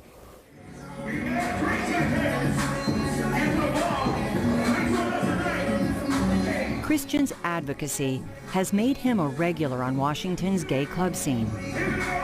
Going to the club is work. I've had people come up to me and say, do you have a number, or do you have an email? How can I get in contact? I want to talk to you because I was just diagnosed, or I'm dating somebody that's positive. They're there for the moment, and then they're going, and they'll call me when they need me, or they'll text me when they need me. But we keep in contact.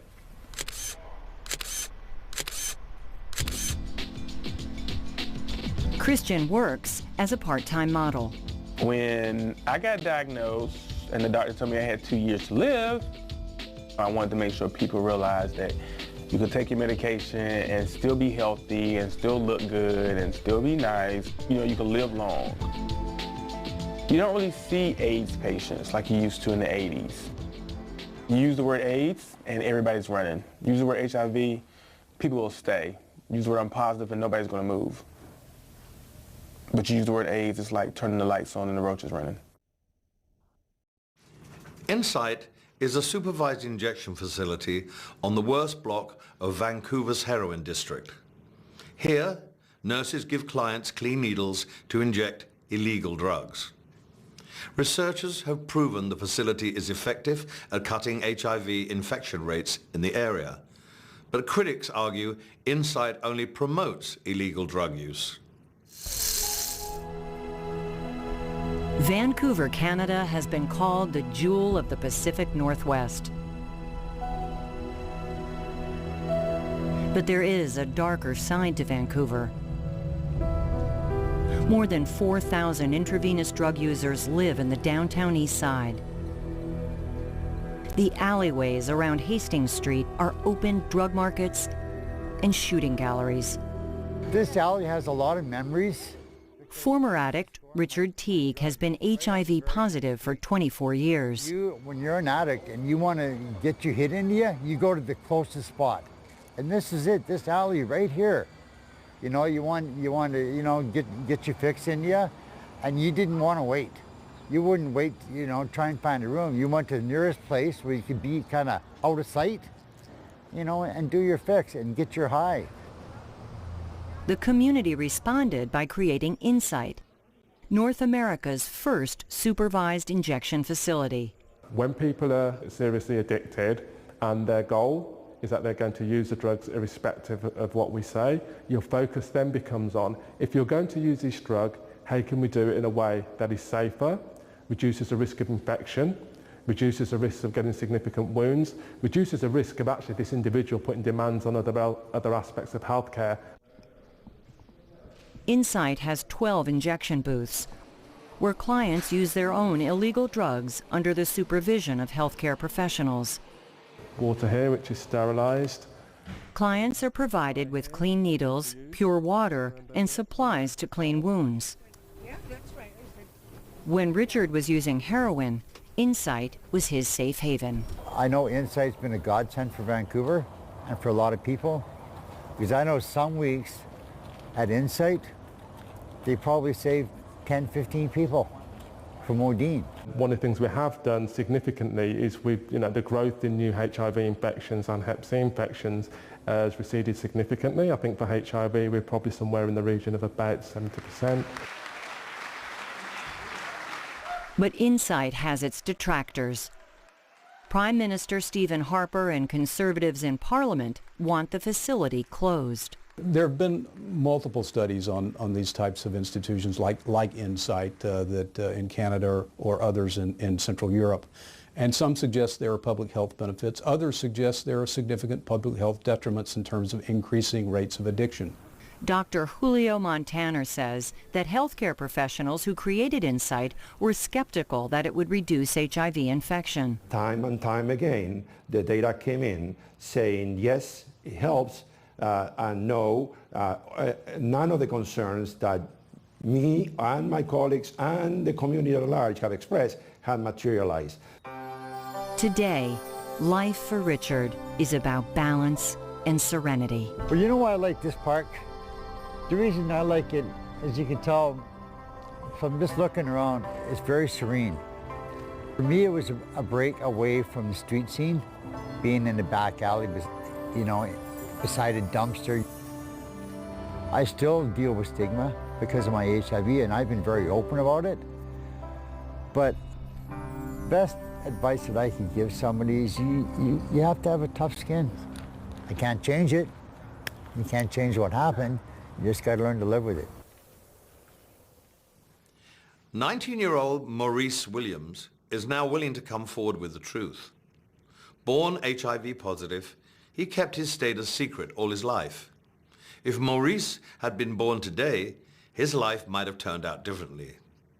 A trio of doctors in the United States has created an aggressive therapy of antivirals that can force the virus into remission at birth. Dr. Deborah Prasad is passionate about the prospects of a medical breakthrough. And there seems to be new hope for babies that are born HIV positive.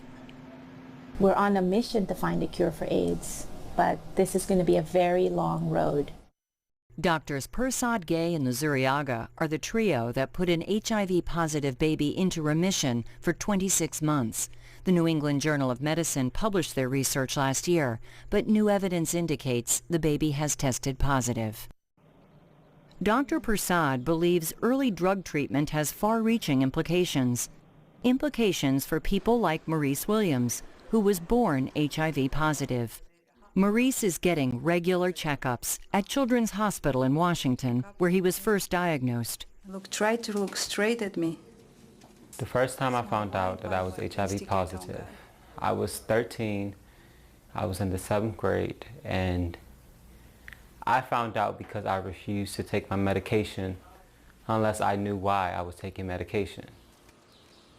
He was raised by his grandmother, who never revealed to him he was HIV positive. Maurice's mother died from complications of AIDS. She never talked with him about the virus or his condition. His mother was only a child herself when her son was born. My daughter was 15 at the time that she had Maurice, so I stepped in and took over because she's afraid of needles.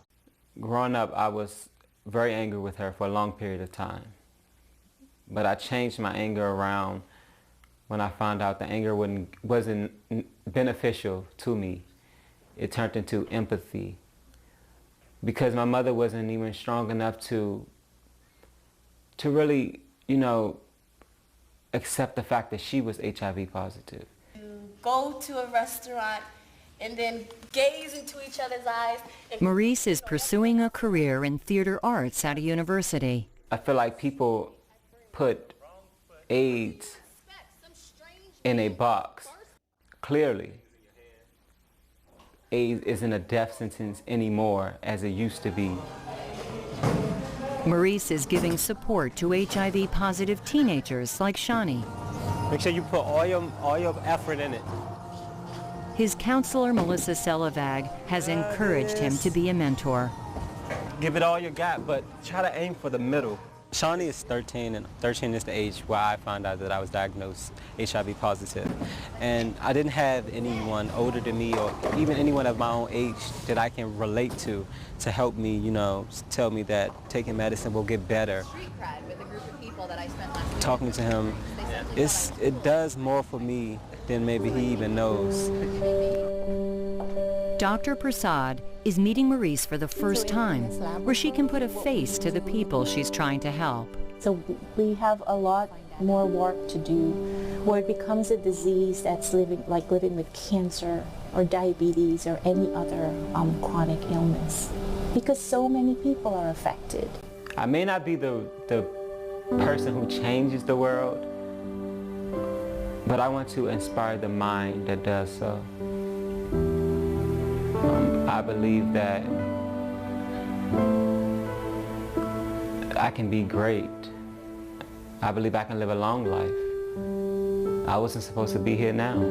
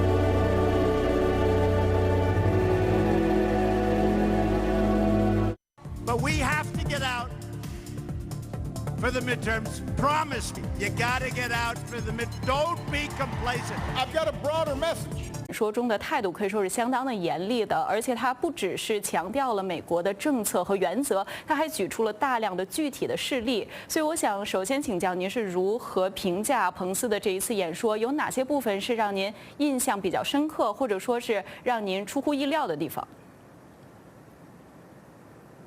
总的来讲，我觉得彭斯说的是比较对，而且他说这个牵制中国的这些问题不是新的，都是美国这几十年来一直是跟那个中方说的，有几点我觉得他说的没有说服力，或者说的有点夸张了一点。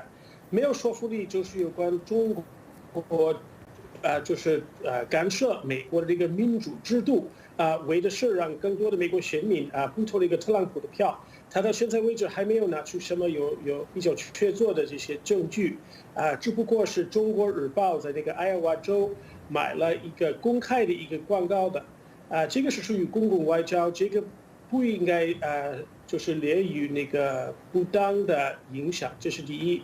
夸张的一部分，这点也不太重要，就是他刚开始讲中国的对外开放历史的时候，他把美国对中国成就中国发展的贡献有点说的太大了，如果我可以稍微修改他的那个稿子，我就会加上中国所述的这些成就，可以就是归功于中国普通老百姓的情怀。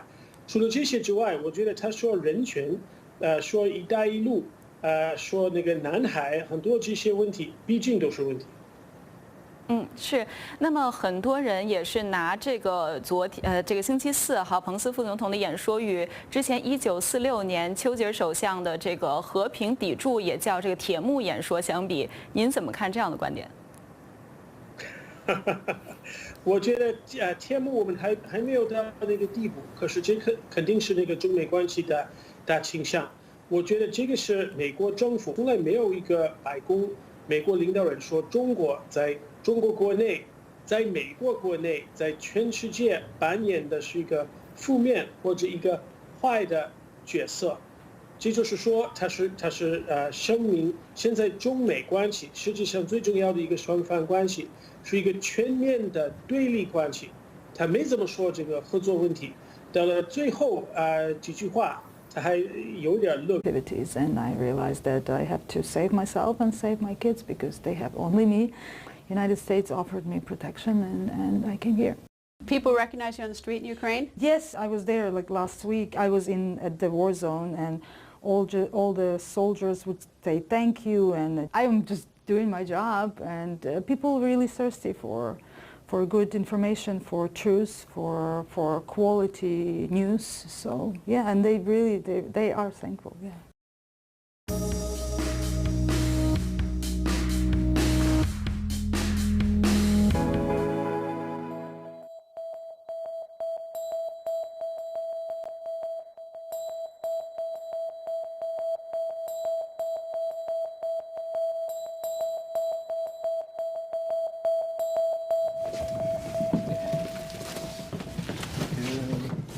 Mosaic Sound Collective is a one-stop shop of affordable resources and services for musicians and artists. We took over a former juvenile detention facility in East Austin and are repurposing this 25,000 square foot facility to create a place that is almost like a YMCA for artists. Each of our tenants contributes to the collective in some way, shape, or form.